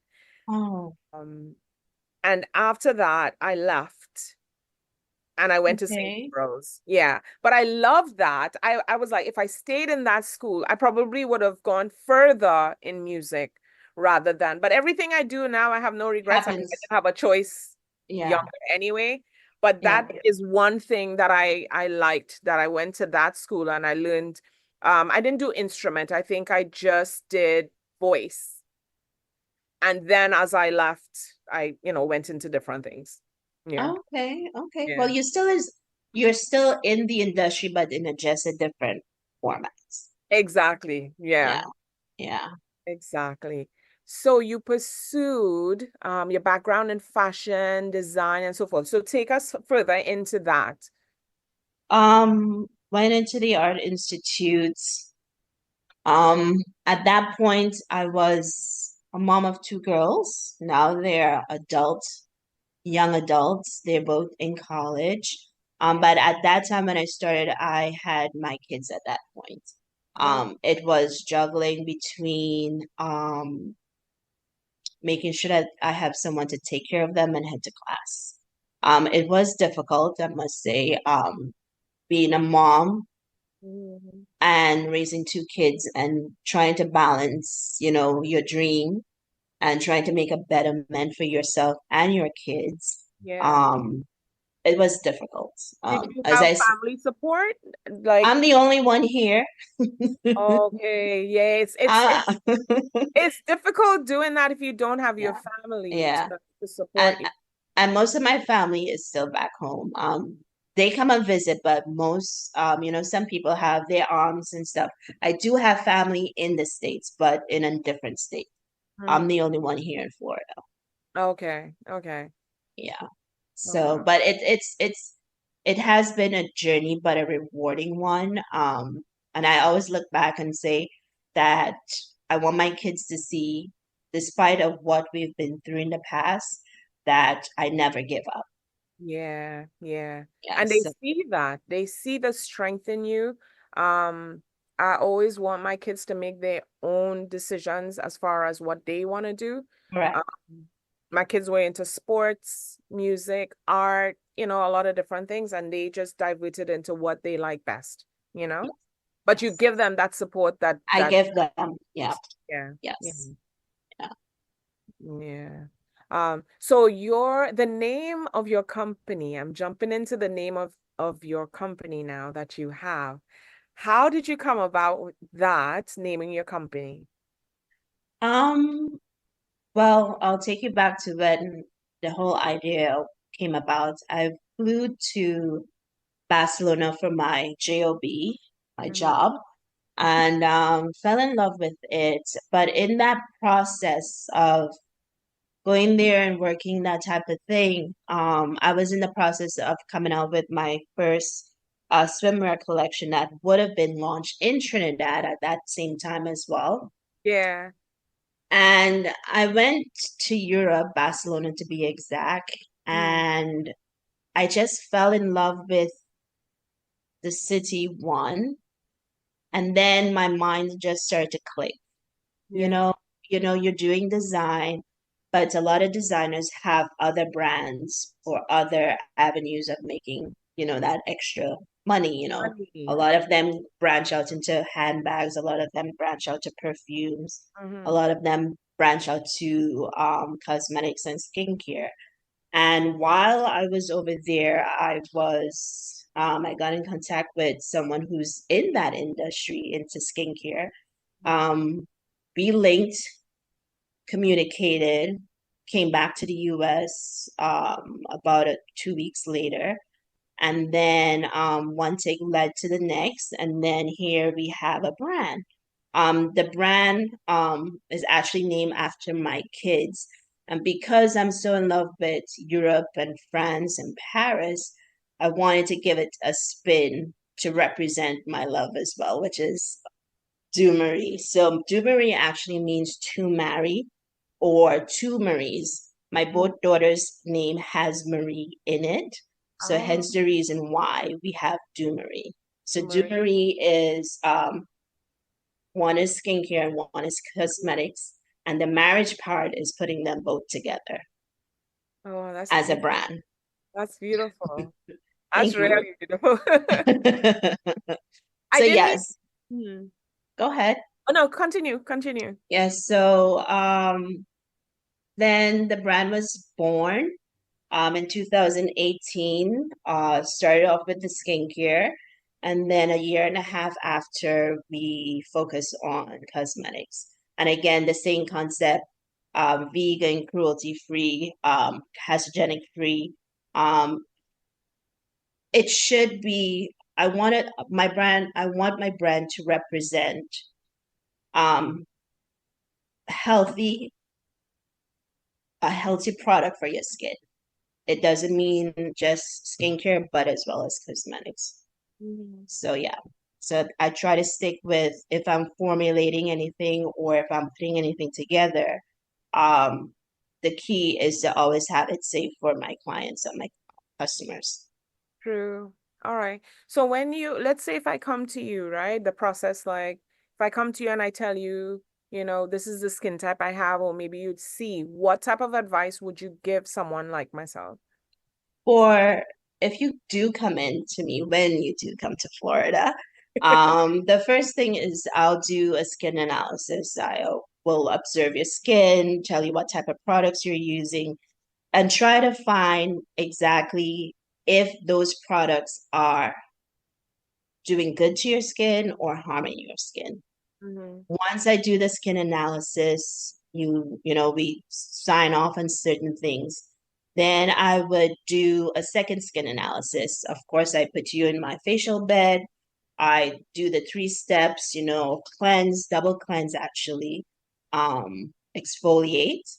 And then after the exfoliation process, then I would do another analysis to see deeper what the issue is to your skin. And then we take it from there. From there, I move on to using specific products to help heal your skin from where it is to bring it back to where I need it to be. Okay.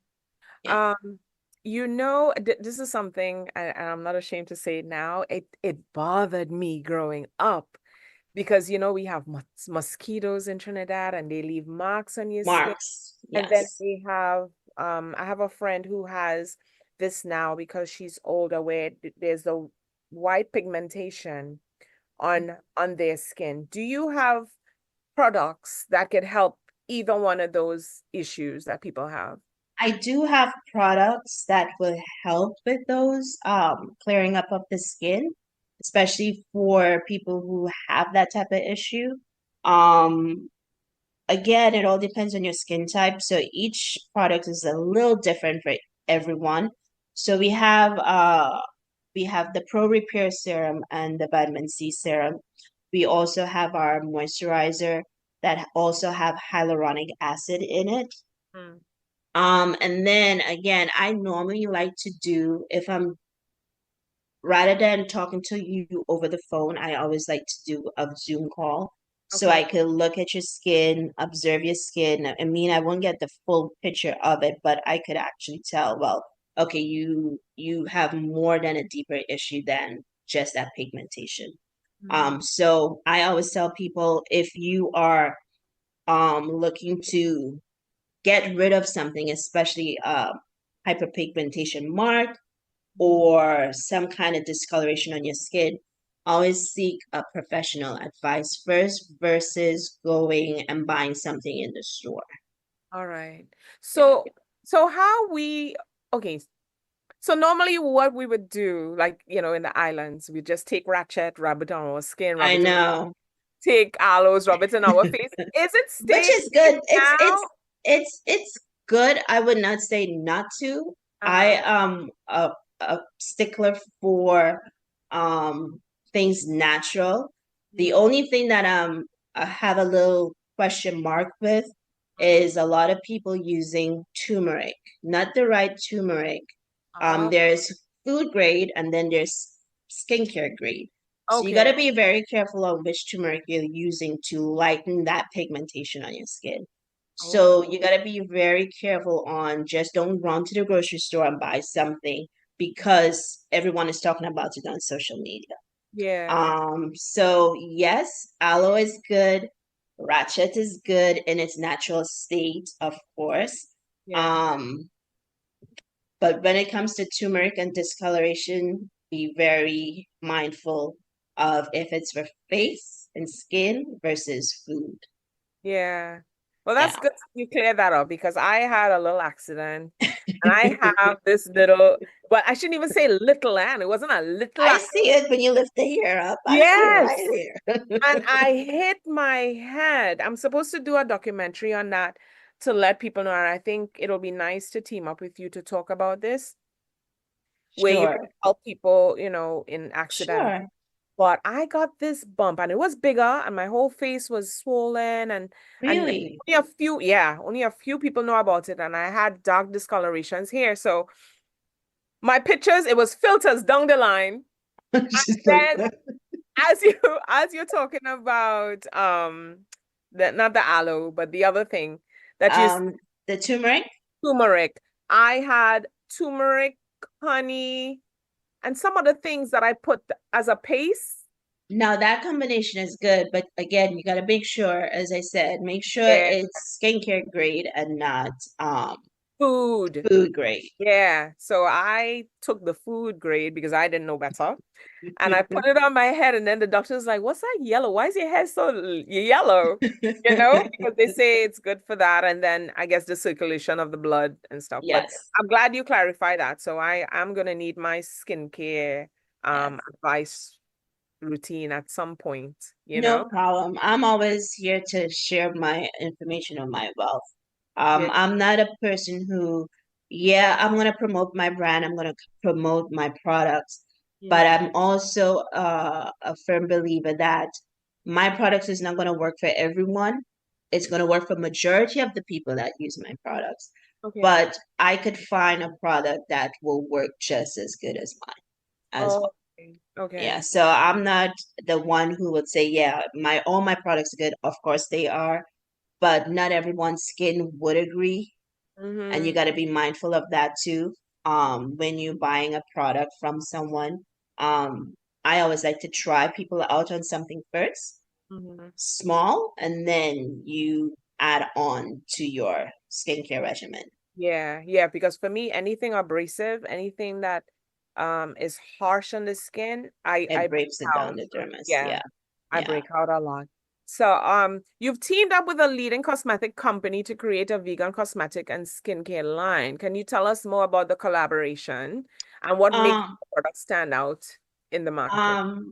My products, could you hold 1 minute? I know it's live, but my macaroni pie is telling me it's done. So hold on 1 second. This is live. This this is live, and this happens at live. No Okay. problem. So what we'll do, we'll go on a quick break. We'll go on a quick break so she can take care of her macaroni pie. Make sure you FedEx me that piece at some point. No problem. Hold on. All right, so let's go on a short break. Go ahead. You can go Sure, ahead. no problem. Don't bird. We're gonna take a short break and we're gonna come back with Bernicia. And I hope everyone's having a beautiful Saturday. Today's Saturday, today's Labor Day weekend. There's so much going on. I actually have to go to an all-white very soon to work tonight. So besides that, go on my webpage and you could see that as well. So you're gonna take a very, very short break and we'll be right back on islandvibe.net. Philly #1 grooving station, islandvibes.net. Yeah, I wanted to put on my AC as well. Because I was bursting up. Did you Oh hear my it? God, I hope they weren't hearing my piece. Oh no. You didn't hear it.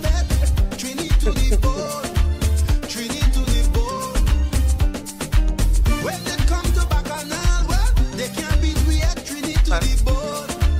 Trinity to the bone. Look, sweet woman parade abundantly. The brethren, they full of energy. Some people say God is a Trinity. Paradise are not convincingly. God gave us a spirit fiery. But nothing in the world will bother we. But look, a smart man gone with money. We still come out and mash up the party. Sweet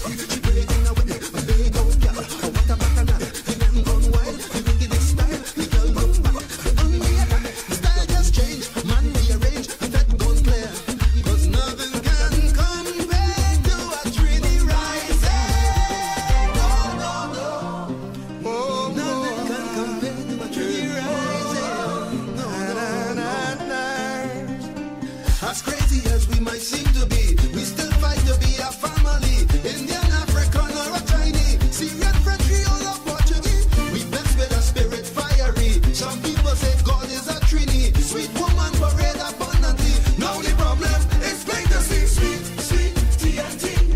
Oh, how I love of my country. Sweet, sweet TNT.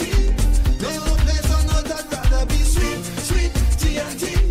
Oh, how I love of my country. Sweet, sweet TNT. All this sugar can't be good for me. Westmore into Love Zero. From Sando to Mayaro. From Pina to Grand River. Sweetness in abundance everywhere. Welcome back to Table Talk Show with Nikki G, the voice on islandvibe.net. I'm here with Benicia and the owner of Deux Marie Cosmetics. Yes. And okay, so we were on the topic of the collaboration, cosmetic and skincare, the cosmetic team that you collaborated with. Yes. Well, the skincare is developed right here in South Florida.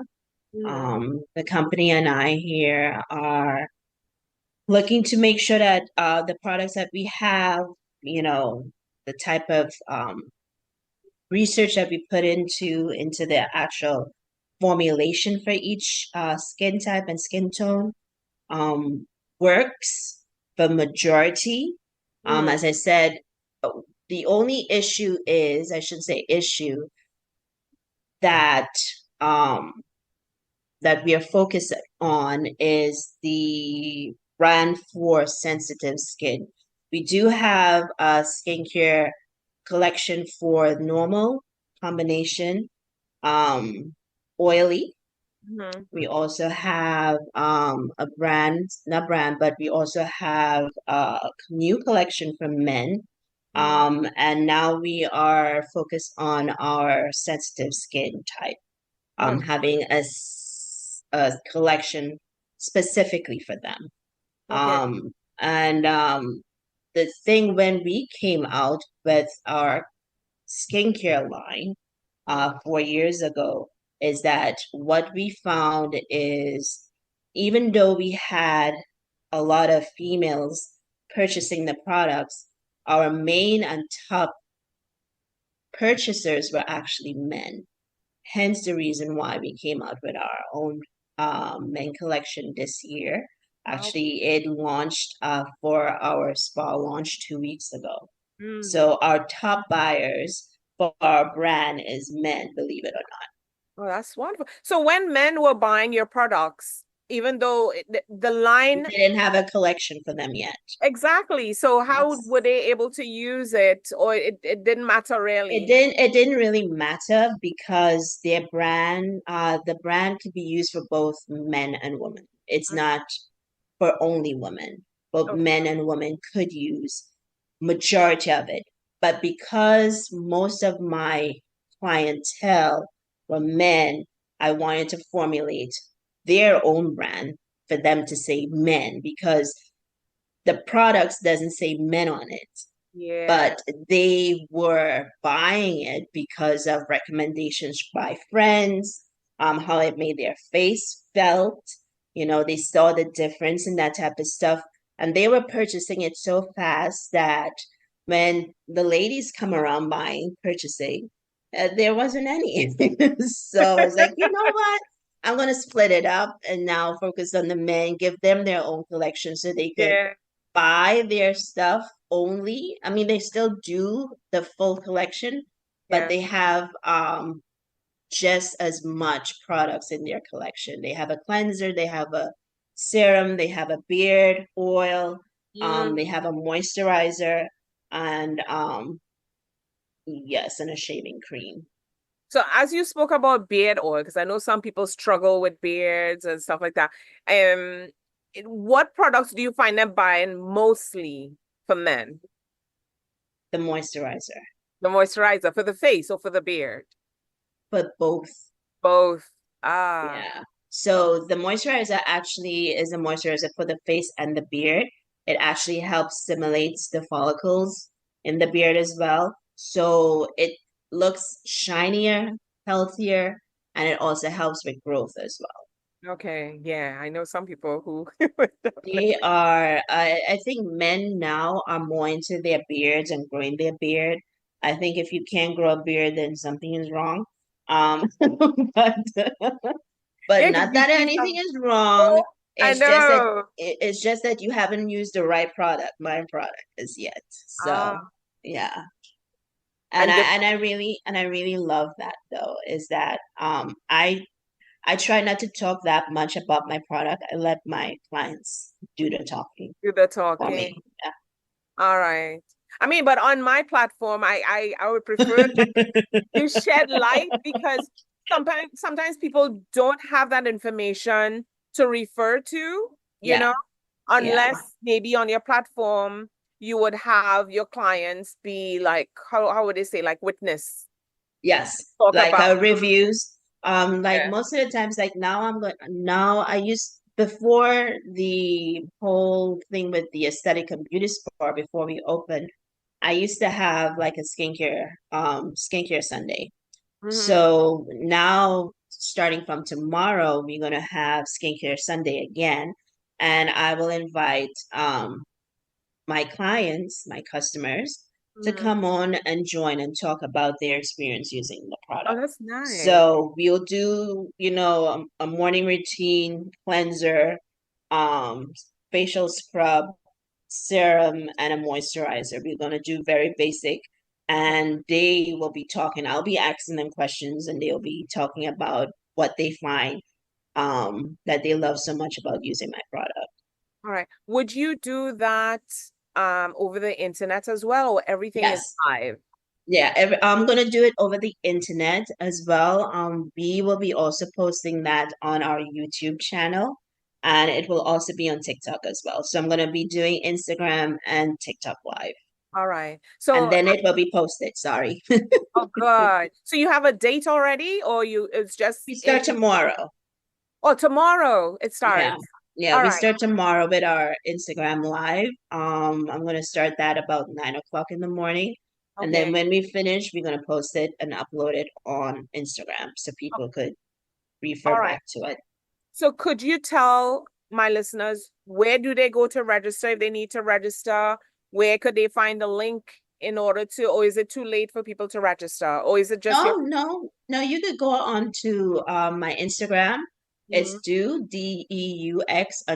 _Marie Cosmetics. Mhm. You could follow me there, and of course, once you follow me, you will get a notification once I'm on live. If anyone is interested in coming and get one of our facials at our spa in Coral Springs, Florida, they can do that by logging onto our website, www.dumariecosmetics.com, and select one of the services. We don't just do facials, but we also have classes as well coming soon at the ending of September. Okay. All right. Yeah. I think I'd like to join that. Let me see. I have to see what my schedule is like tomorrow because I always like doing lives with my guests. So my audience can also see what goes on. Maybe we could schedule it for another time or something like that. Sure, But because I want to yeah. send you products. Okay. Yeah, I want you to be actually using my products and you see it because Yeah. I'm not gonna be tooting my own horn, but I'm gonna toot my own horn. You would see a difference in your skin. Mhm. Your skin is going to improve in the first week of using our products. I'm Rejuvenate. not just telling you that. Saying it's gonna happen. They say never guarantee, but I'm gonna guarantee you will see Guarantee. your skin change just by using my product. Imagine when you lay in my facial bed, what happens. Mm. So yeah, so Yeah. that's just me. I'm tooting my own horn and That's good. That's what we have to do. We have to be our own listen, cheerleaders. I worked very hard. Exactly.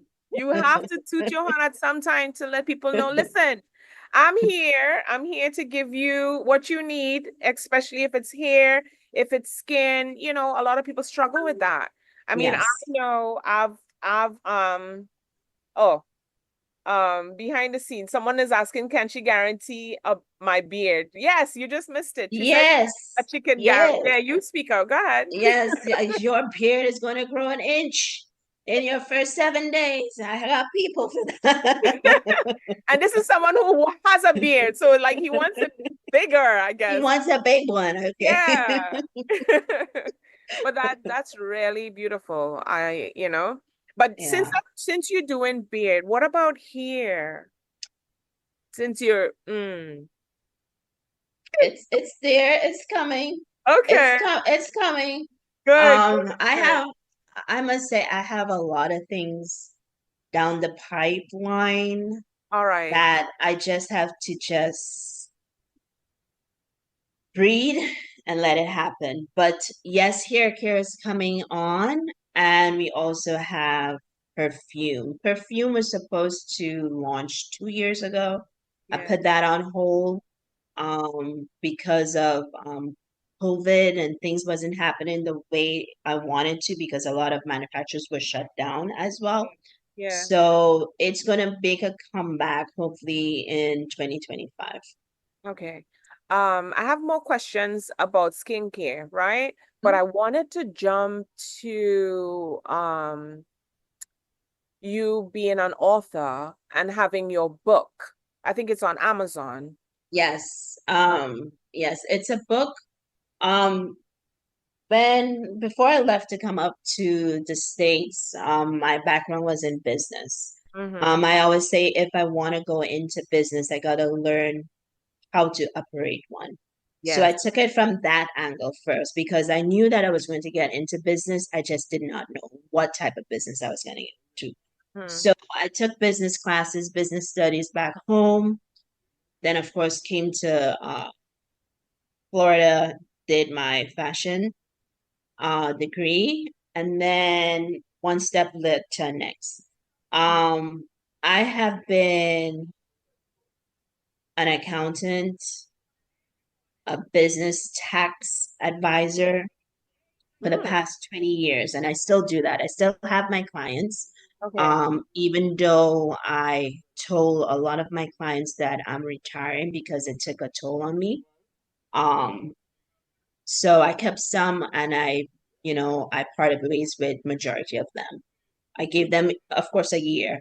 But what led on to the book was I found out that since most of my clients were business owners, a lot of them did not know how to do it the right way, to stay away from Uncle Sam, to don't get audited by Uncle Sam. Ah, And that book is pretty much to give them step-by-step knowledge on what you need to do when you start your business legally. mm, Of course, a lot of us do business. We do business back in the Caribbean, and the government doesn't know we have a shop in our house. But here, of course, we got to make sure that we do things the right way.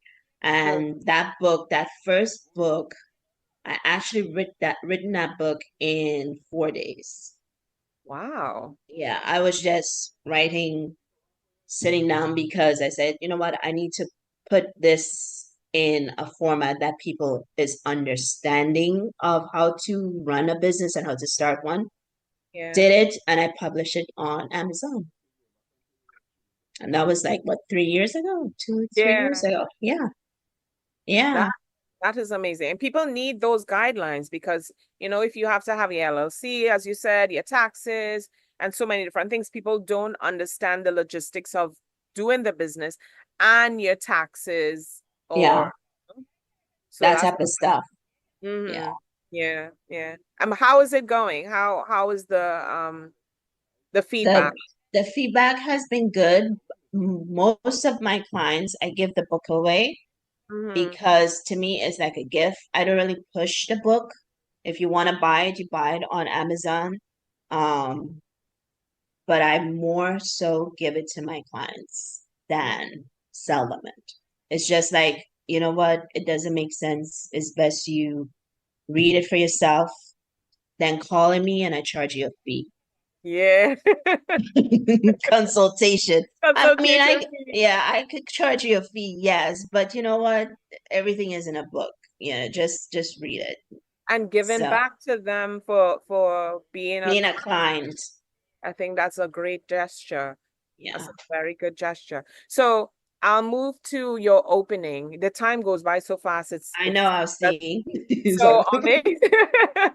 So moving to you recently had an open house, where you had your company. How many do you just have one location or a few locations? No, about this location, located at Coral Square Mall, we actually have two suites. One Mm-hmm. of the suite is solely for skincare and cosmetic brand, and the Mm-hmm. other one is for our facials and our services. So it's really one location for now, and then hopefully within the next year we expand, All which right. I know we would be. Okay. So kind of divulge into what is the experience like? The spa experience, and um what type of treatment do you give people in your spa? Well, we give customized facials. Mm, Each client is different. We do have packages that each that you could select from. It has a detail of what you're going to get in that particular package that you select. But by the time you choose and by the time you sit in my chair, that whole package could change. I could say, well, you don't really need a chemical peel because of your skin and your yeah. skin type. We're going to take it slow. If it's the first time I'm seeing you, I'm not going to give you the uh skin peel. I'm not going to do no microneedling. No, we're going to take baby steps until I know that your face could take it.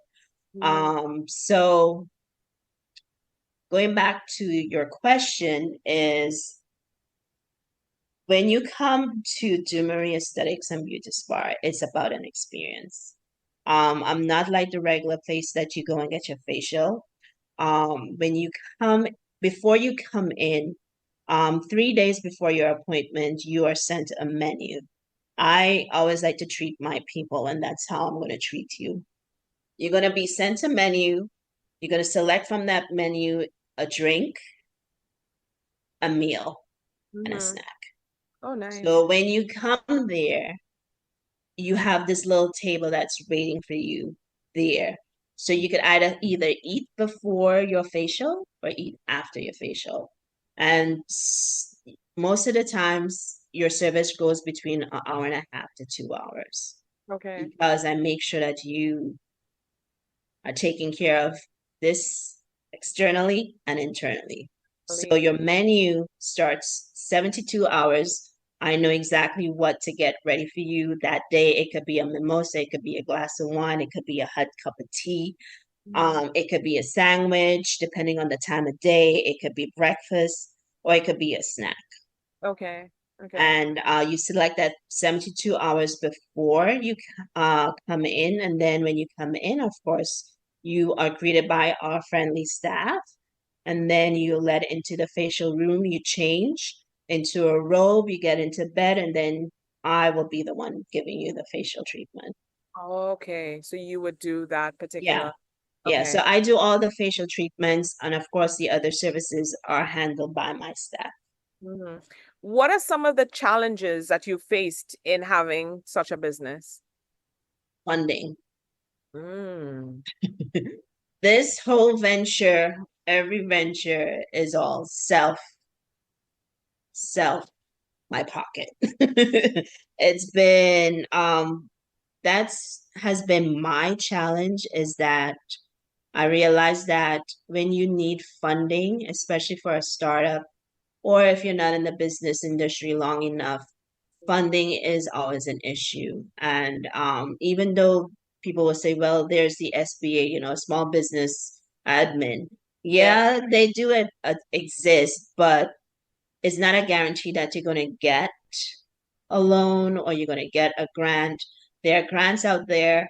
You got to wait like 6 months, 3 months. There's a waiting Yeah, period. there's a waiting period, and I don't have that time to wait for them to say, sorry, maybe next year. No. So that's why I have my JOB funds, my business. And then now I'm ready to walk away eventually.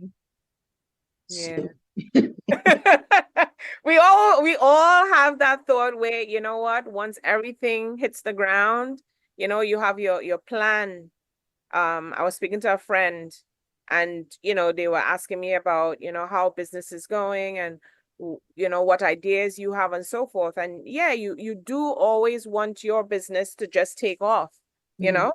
Yeah. And then you have to nurture it. And I reached to the point that um the issue is not that if my business will do well, I know my business will do well because in the 4 years of existence, for what we have accomplished as a brand, as a company, we have done and we have come extremely far. Mhm. I know if I step away from my work, it's going to be even astronomical. And while a lot of people were having it hard during COVID, my business actually grew during COVID, believe it or not. Oh, it did. Yeah. So believe it or not, I was, posting out, 50 packages a day. Sometimes I have to shut off my website because there were too many sales coming in because I couldn't meet the demand. Because if my manufacturers are not open, I have to make sure that I have products in to send out to clients. So Yeah. my business actually grew during COVID because I didn't have a going out there and working. I Yeah. spent more time promoting my brand. Yeah. Now because I have a still working, which I'm grateful for, Hmm. and because it have funded my goal and my dream. Now it's becoming a little kind of hindrance because I can't market the way that I want to market. Yeah. Working 9 to 5 and then I'm rushing to the spa in the afternoon. It Yeah. takes a lot. Yeah. Yeah. Yeah. So now it's time for me to walk away Yeah. from, you know, and really focus on this because I know that there's potential there to make, and I know that I'm just holding myself back. Yeah. So, and I'm not letting go to, but my dream, Yeah. body. You just actually clarified something for me because when you have a business and you pump in money into someone else's business, yes, it's you're making um let's say hypothetical a substantial amount of money that's consistent, but then your business is struggling because you Correct. can't put the time in, Correct. in order to do that. And I know I've taken off a few times. Let's say, I think there was one year. Did it? I think I just had my kids. At some point, I took a year off, and I was like, you know what? I'm not gonna work for this year.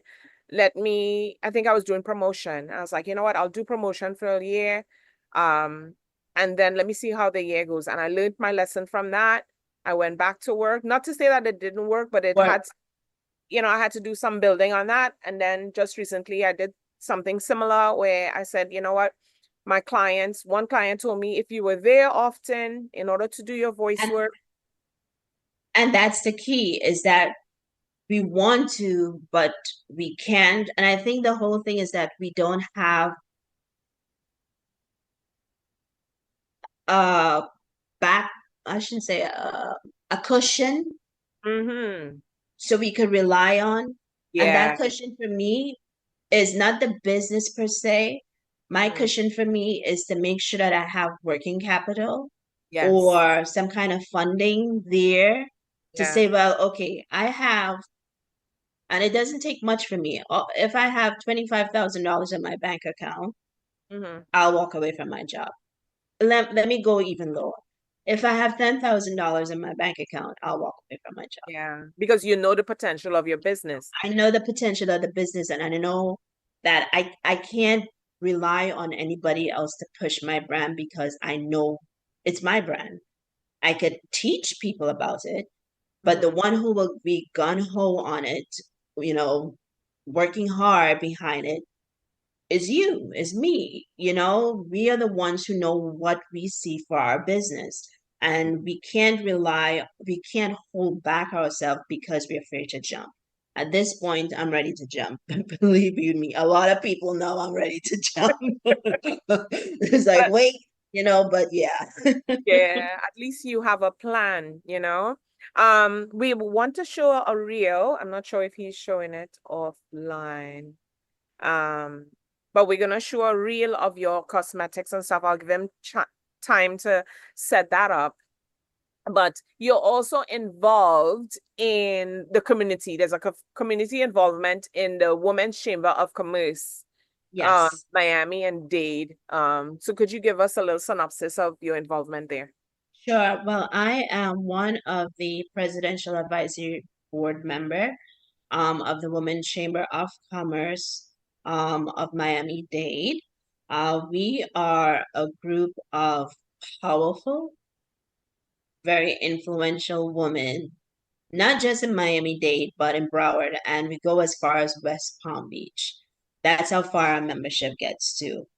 Um, we recently had our installation in January of this year where we install 32 board members and have different roles going into that installation. I've been around most of those women for 3 to 4 years. Most of us came out from Boss Babes of South Florida. Co-owner, which is Dr. Corinne Melissa. Our president of the Women Chamber of Commerce is also Dr. Corinne Melissa. She's a powerhouse of a woman, very influential, very supportive of everyone who comes through those doors. We all support each other. And for my grand opening, it was mainly us and of course some of my specially invited guests. I So saw the pictures. so Beautiful. so it Beautiful was involvement. yeah, we all show up and they all showed up that day. We had like what close to I didn't want to overcrowd the building, so we had about 50 people Mhm. there for the grand opening. Oh, So, very nice. yeah, So thank how does the Women of Commerce support women within the county? you. Like share specific programs that they have. We have different programs. We have different programs to support each other. We have different events circle around raising awareness in the community, one, for women in business. Mhm. We also have events where we network and have uh, board members come in, set up, talk about their brands, that type of stuff, what they do, see how we can connect each other with, my brand, your company, helping your company. How do we work together as a team of women to move from one step to the next? So there's a couple of programs throughout. We are pretty much busy. Like every week, we have an event or two or three. Yeah. Um, I'll be honest, I can't make it all. That's a lot. So yeah, so there's always not just women in business, but we also focus on kids. We also focus on women who are having difficulty with paying rent, making sure that, single moms who are having issues, buying, supplies for their kids. So we have a lot of outreach in the chamber that we support wholeheartedly, and not just women, but of course men, of course. And okay. Could you But tell us could you tell us any success stories that you might have come across? And I know that you're in Miami-Dade County. But do you support people in other states? as the chamber, Yeah. Right now we have been looking at expanding ourselves out of Dade County. We I do believe, not I do believe, I know in our last meeting that we are trying to team up with a couple of other women who are interested in joining our chamber, but as a chapter Okay. in Tallahassee, and we are in talks of other um organizations outside of Florida. So yes, we are not just focusing on just Miami-Dade, but of course, seeing how much other chapters that we could include and expand in our membership as a women chamber of Miami-Dade. So Okay. yes. And when you say chapter, could you explain to, someone who doesn't know about it, like what does a chapter mean or becoming a So chapter? so as a as the hub, which is Miami-Dade, we would, say for instance, you want to have a women's chamber, but you want to be part of our organization as a whole, as a body.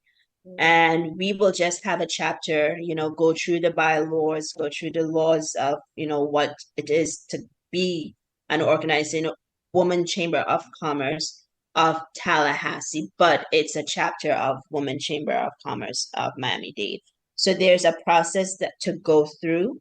I'm not too sure if we have solidified starting the chapter and when we are going to start starting the chapter. I'm not too sure if we're going to do it for the new president that's coming in January or before. But Yeah. yes, but there are talks of expanding the organization beyond Miami-Dade. Oh, very nice. And going back to your company now, I had so many questions, but because of the time and Time. stuff, I don't want to focus on just that because I actually wanted to ask you, in your role, the success stories that you've seen. In summary, you could just tell us a brief synopsis of one success story and how would you advise someone if they want to join? What do they have to do? My success story, this is the big one, Mhm. is that I was connected, within the Boss Babe slash chamber. We had a meet and greet. I shouldn't say a meet and greet, our normal quarterly um meetup networking event. And I've met this woman. Her name is Talisha. She has come to a couple of events. We talk, we hit it off, that type of stuff. And in our last event a couple of years ago, she said, I have someone who might be interested in your brand. Okay, cool. They do some pre-Emmys gifting suites. Mm. Oh, okay, cool. I was just like 2 years old in the business. Okay. Ah, And she said, okay, reach out to the lady, call her now. If they say call you now, you gotta pick up your phone and call now. Call her now. We're gonna talk, and then you guys exchange numbers, talk, da da da da da. Okay, yeah. one thing led to the next. Um, Met up, did a pre-Emmy gifting suite, not once but twice. Mhm. Pre-Oscars gifting suite, not once but twice. Very nice. Um, just by that one connection, my products was mentioned on ABC Must Have, Mother's Day Must Have. My products have been also mentioned in the Swank List Must Have. My products have been also showcased on magazine as one of them is Sheen magazine as well. Yeah. What else? And then for 2025, we are also going to we'll close the deal on doing one of the award ceremony next year, early next year. That could be either the Cannes Festival or the pre-Oscars gifting suite next year. So we, based on that one connection Okay. with someone, has led this company not just once but several times in hands of a lot of celebrities that I thought that I never would get that opportunity to. So Opportunity. yes. Yeah, yeah. They always say time and place and opportunity presents itself Yeah. when it's ready, you know? And, and never shun someone away because Yeah. you never know who you're standing in a room with. You never know who you're standing next to. Never think of someone that, oh, that person can't help you. Never judge a book by its cover because you never know who you're standing next to. And That's trust me, I always tell everyone who's coming into the chamber, who's coming into the Boss Babes of South Florida, yeah. who's coming into even meeting with anyone in my business, you Mm, never know who you're standing next to. that is Never shun anybody away because it could be a missed opportunity for you. true. What would you say to, how should I say, business-minded people who don't have the, how should I don't want to say guts, but don't have that oomph to say, well, you know what? Go for it. I don't know if I could like being brave and don't know if they could take it to the next level, maybe thinking that they're not worthy and want to get to the next level, but just don't know how to do it. I say network. I say we all go through that. Mm. Believe it or not, right now I'm extremely scared. This is out of my norm. I don't normally do this. So, well, you know that. I told you it's like, but Yeah. one who is, they want to start a business, but a lot of people put fear in front Yeah. before success. Yeah. And that is a lot of our pullbacks. What if I fail? So what if you fail? Yeah. What if I don't make, you see, we go into business hoping that we'll make $10,000 in our first week. In all reality, no. Mm. And I have a stickler for people who look at people who post the good side of entrepreneurship on social media. No, I don't want to showcase that. I want to showcase you the rough side of Yeah. the sleepless night, the oh geez, can I pay the bill this week? Can I pay the staff this week? Yeah. I want you to see what it really takes to become an entrepreneur. So when I stand up in front of you, listen, she worked really hard to get where she is. And I don't want to just sugarcoat anything and say, well, it's going to be a smooth road. Some people, they are fortunate to have a smooth road in business, but majority of us don't. Mm. So don't let fear hold you back from achieving what you can achieve for your future generation. What I'm doing is not for me. What I'm doing is for my grandkids. What it is I'm doing for my great grandkids. For the I'm not future. just looking for me. I don't want a good lifestyle for me just only. I want it for future generations. All And you right. got to focus on that. Yeah, you definitely do. Since you're on that topic, what are your future goals for Do Marie Cosmetics and Skincare, as well as Do Marie Authentics and Beauty Spa? Um, well, the whole thing for me is to be a learning hub for other esthetician that's coming into the industry. Um, this is just one of many. Eventually, I do want to franchise the brand, the aesthetics brand and the beauty spa part of it. Um, in the next 5 years, hopefully, God spare our life to see then, um, is to, of course, have my a large scale spa as well as an academy, Mhm. teaching the aesthetics part of it, skincare, um, and educating future estheticians in the business. So that's my goal for the next 5 years. Okay, very nice.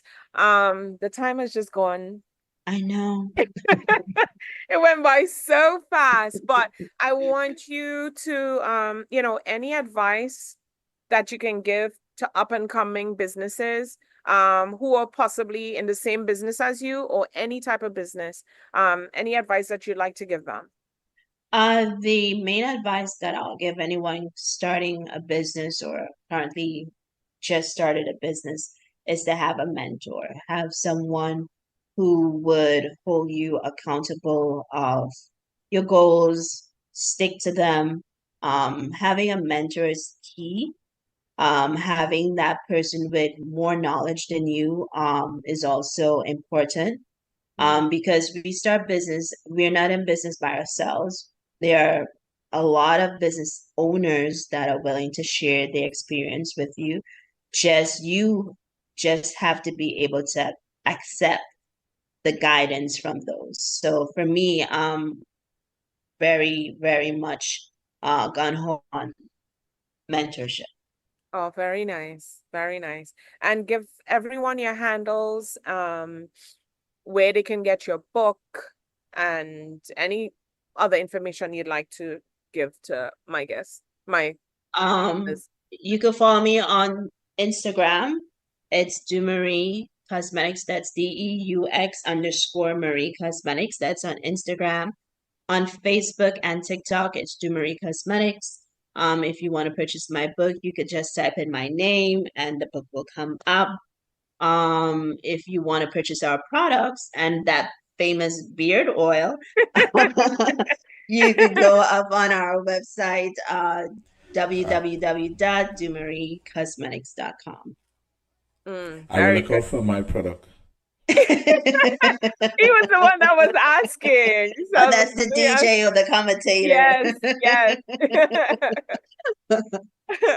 I want to thank you. I want to thank you so much for being a part of this. I was so To be, nervous, but it's okay. I know that's why I'm like, we all have this nervousness when we start. I even have my nervousness every show that I have, but then when I meet up with Really? my guests, you would be surprised. I wanted to tell you that. I can't remember if I told you that, but one of those questions was because of how I am when it comes to business. I have a lot of ideas, right? I love meeting people, but there's some fear, not just myself, but I've heard other people say it too. Is that fear that keeps you back? It's like, I'm not ready. I don't know if I should do this. And time and things Yeah. that happen and personal experiences or things that happen in the background that nobody sees, you know? Yeah, I think it's the fear of not making that money at the end of the week. Our job is a guarantee. It's a You could lot. you could go to work and don't do anything and get paid at the end of E- the week. Exactly. But if you don't work at your dream, you're not gonna get anything at the ending of the week. So I think the fear is our security of getting that job check at the week and at the ending of the week. I'm Yeah, not gonna let anyone dictate how much money I can make. What I'm making now is not enough. true. Cost of living is going up. What we're making is not enough to survive. And I'm not gonna let a job dictate that for me anymore. True. True. So you gotta get to that point, Nikki. Yes, I will. We have to talk. I know I was supposed to schedule a call with you, and then It's the okay. time just went by, and I'm like, that's not like me because I would call. But there were other factors that I would explain to you because I had to run out of town and then I had to come back and so forth. So Fine. we would talk about that Yes. offline. Yes. But I wish you, just like all my other guests, I wish you all the success in the world. Thank you. When you decide to make, your jump, and I mean, you're successful already in my eyes because you're doing it. You know what I mean? Yeah. As a woman, as a mother, I have my two kids, and I know what the struggle is like when you're raising two kids and you don't have people around when you need them. They might be Yeah. around, but when you They're need around. I mean, them, I do have people around, but good, good. it's just that it's of a lot of different handles that you have to be mom, you got to be a wife, a fiance. You got to Yeah. be a business owner. You Yeah. got to be an advisor. You got It's a lot of hats. It's a lot of hats, but a lot you're of doing hats. it. Yep. You're Yeah. doing it, and your experience and the experience that you have, you could shed light to other people and probably make it easier on them the way somebody else might have enlightened you and made it a little easier on you, you know? Yeah. Yeah. Yeah. But I Experience. must say thank you for giving me this opportunity to come on your platform and Welcome. talk about my crazy world. And I do hope to meet you someday in person as well as Mr. Beard. Yeah, that's Ian. And So, hopefully that we could make something work, yes, moving forward. you And will. again, thanks for Tabby as well too, because if Oh, it wasn't yes. for Thanks. her, yes. Thanks for Tabitha. I was actually trying to get Anslem to come back on, but because of the time and maybe him joining back, we'll do this again because I told him about the Locks, organization that yeah, we're in, and he said he would love to be a part of it. part. However, he can be a part of it, especially with his music. That's a big part of why not why, but a big part The of some of reason. the music that he does and so forth. So thank you once again. We were showing It's a you real pleasure. that we wasn't seeing it live here with us, and we'll chat. All right. So keep See it you. stay right there. Stay right there. Everyone, thank you so much for tuning in. Our show, we extended it because I wanted to make sure that I got enough questions in that you would get the information that you need. You could also go visit the guests that I have. Do Marie Cosmetics, do underscore DEUX underscore Marie Cosmetics. Make sure and go there, visit her, add her. You have some questions.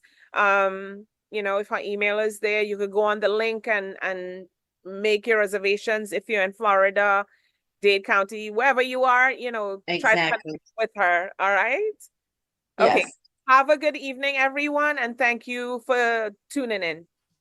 Keep it locked. See you.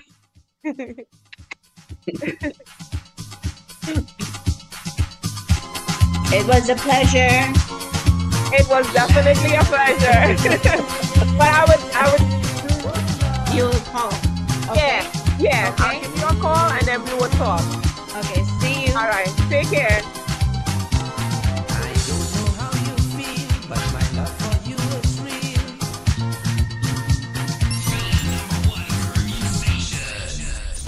IslandVibes.net.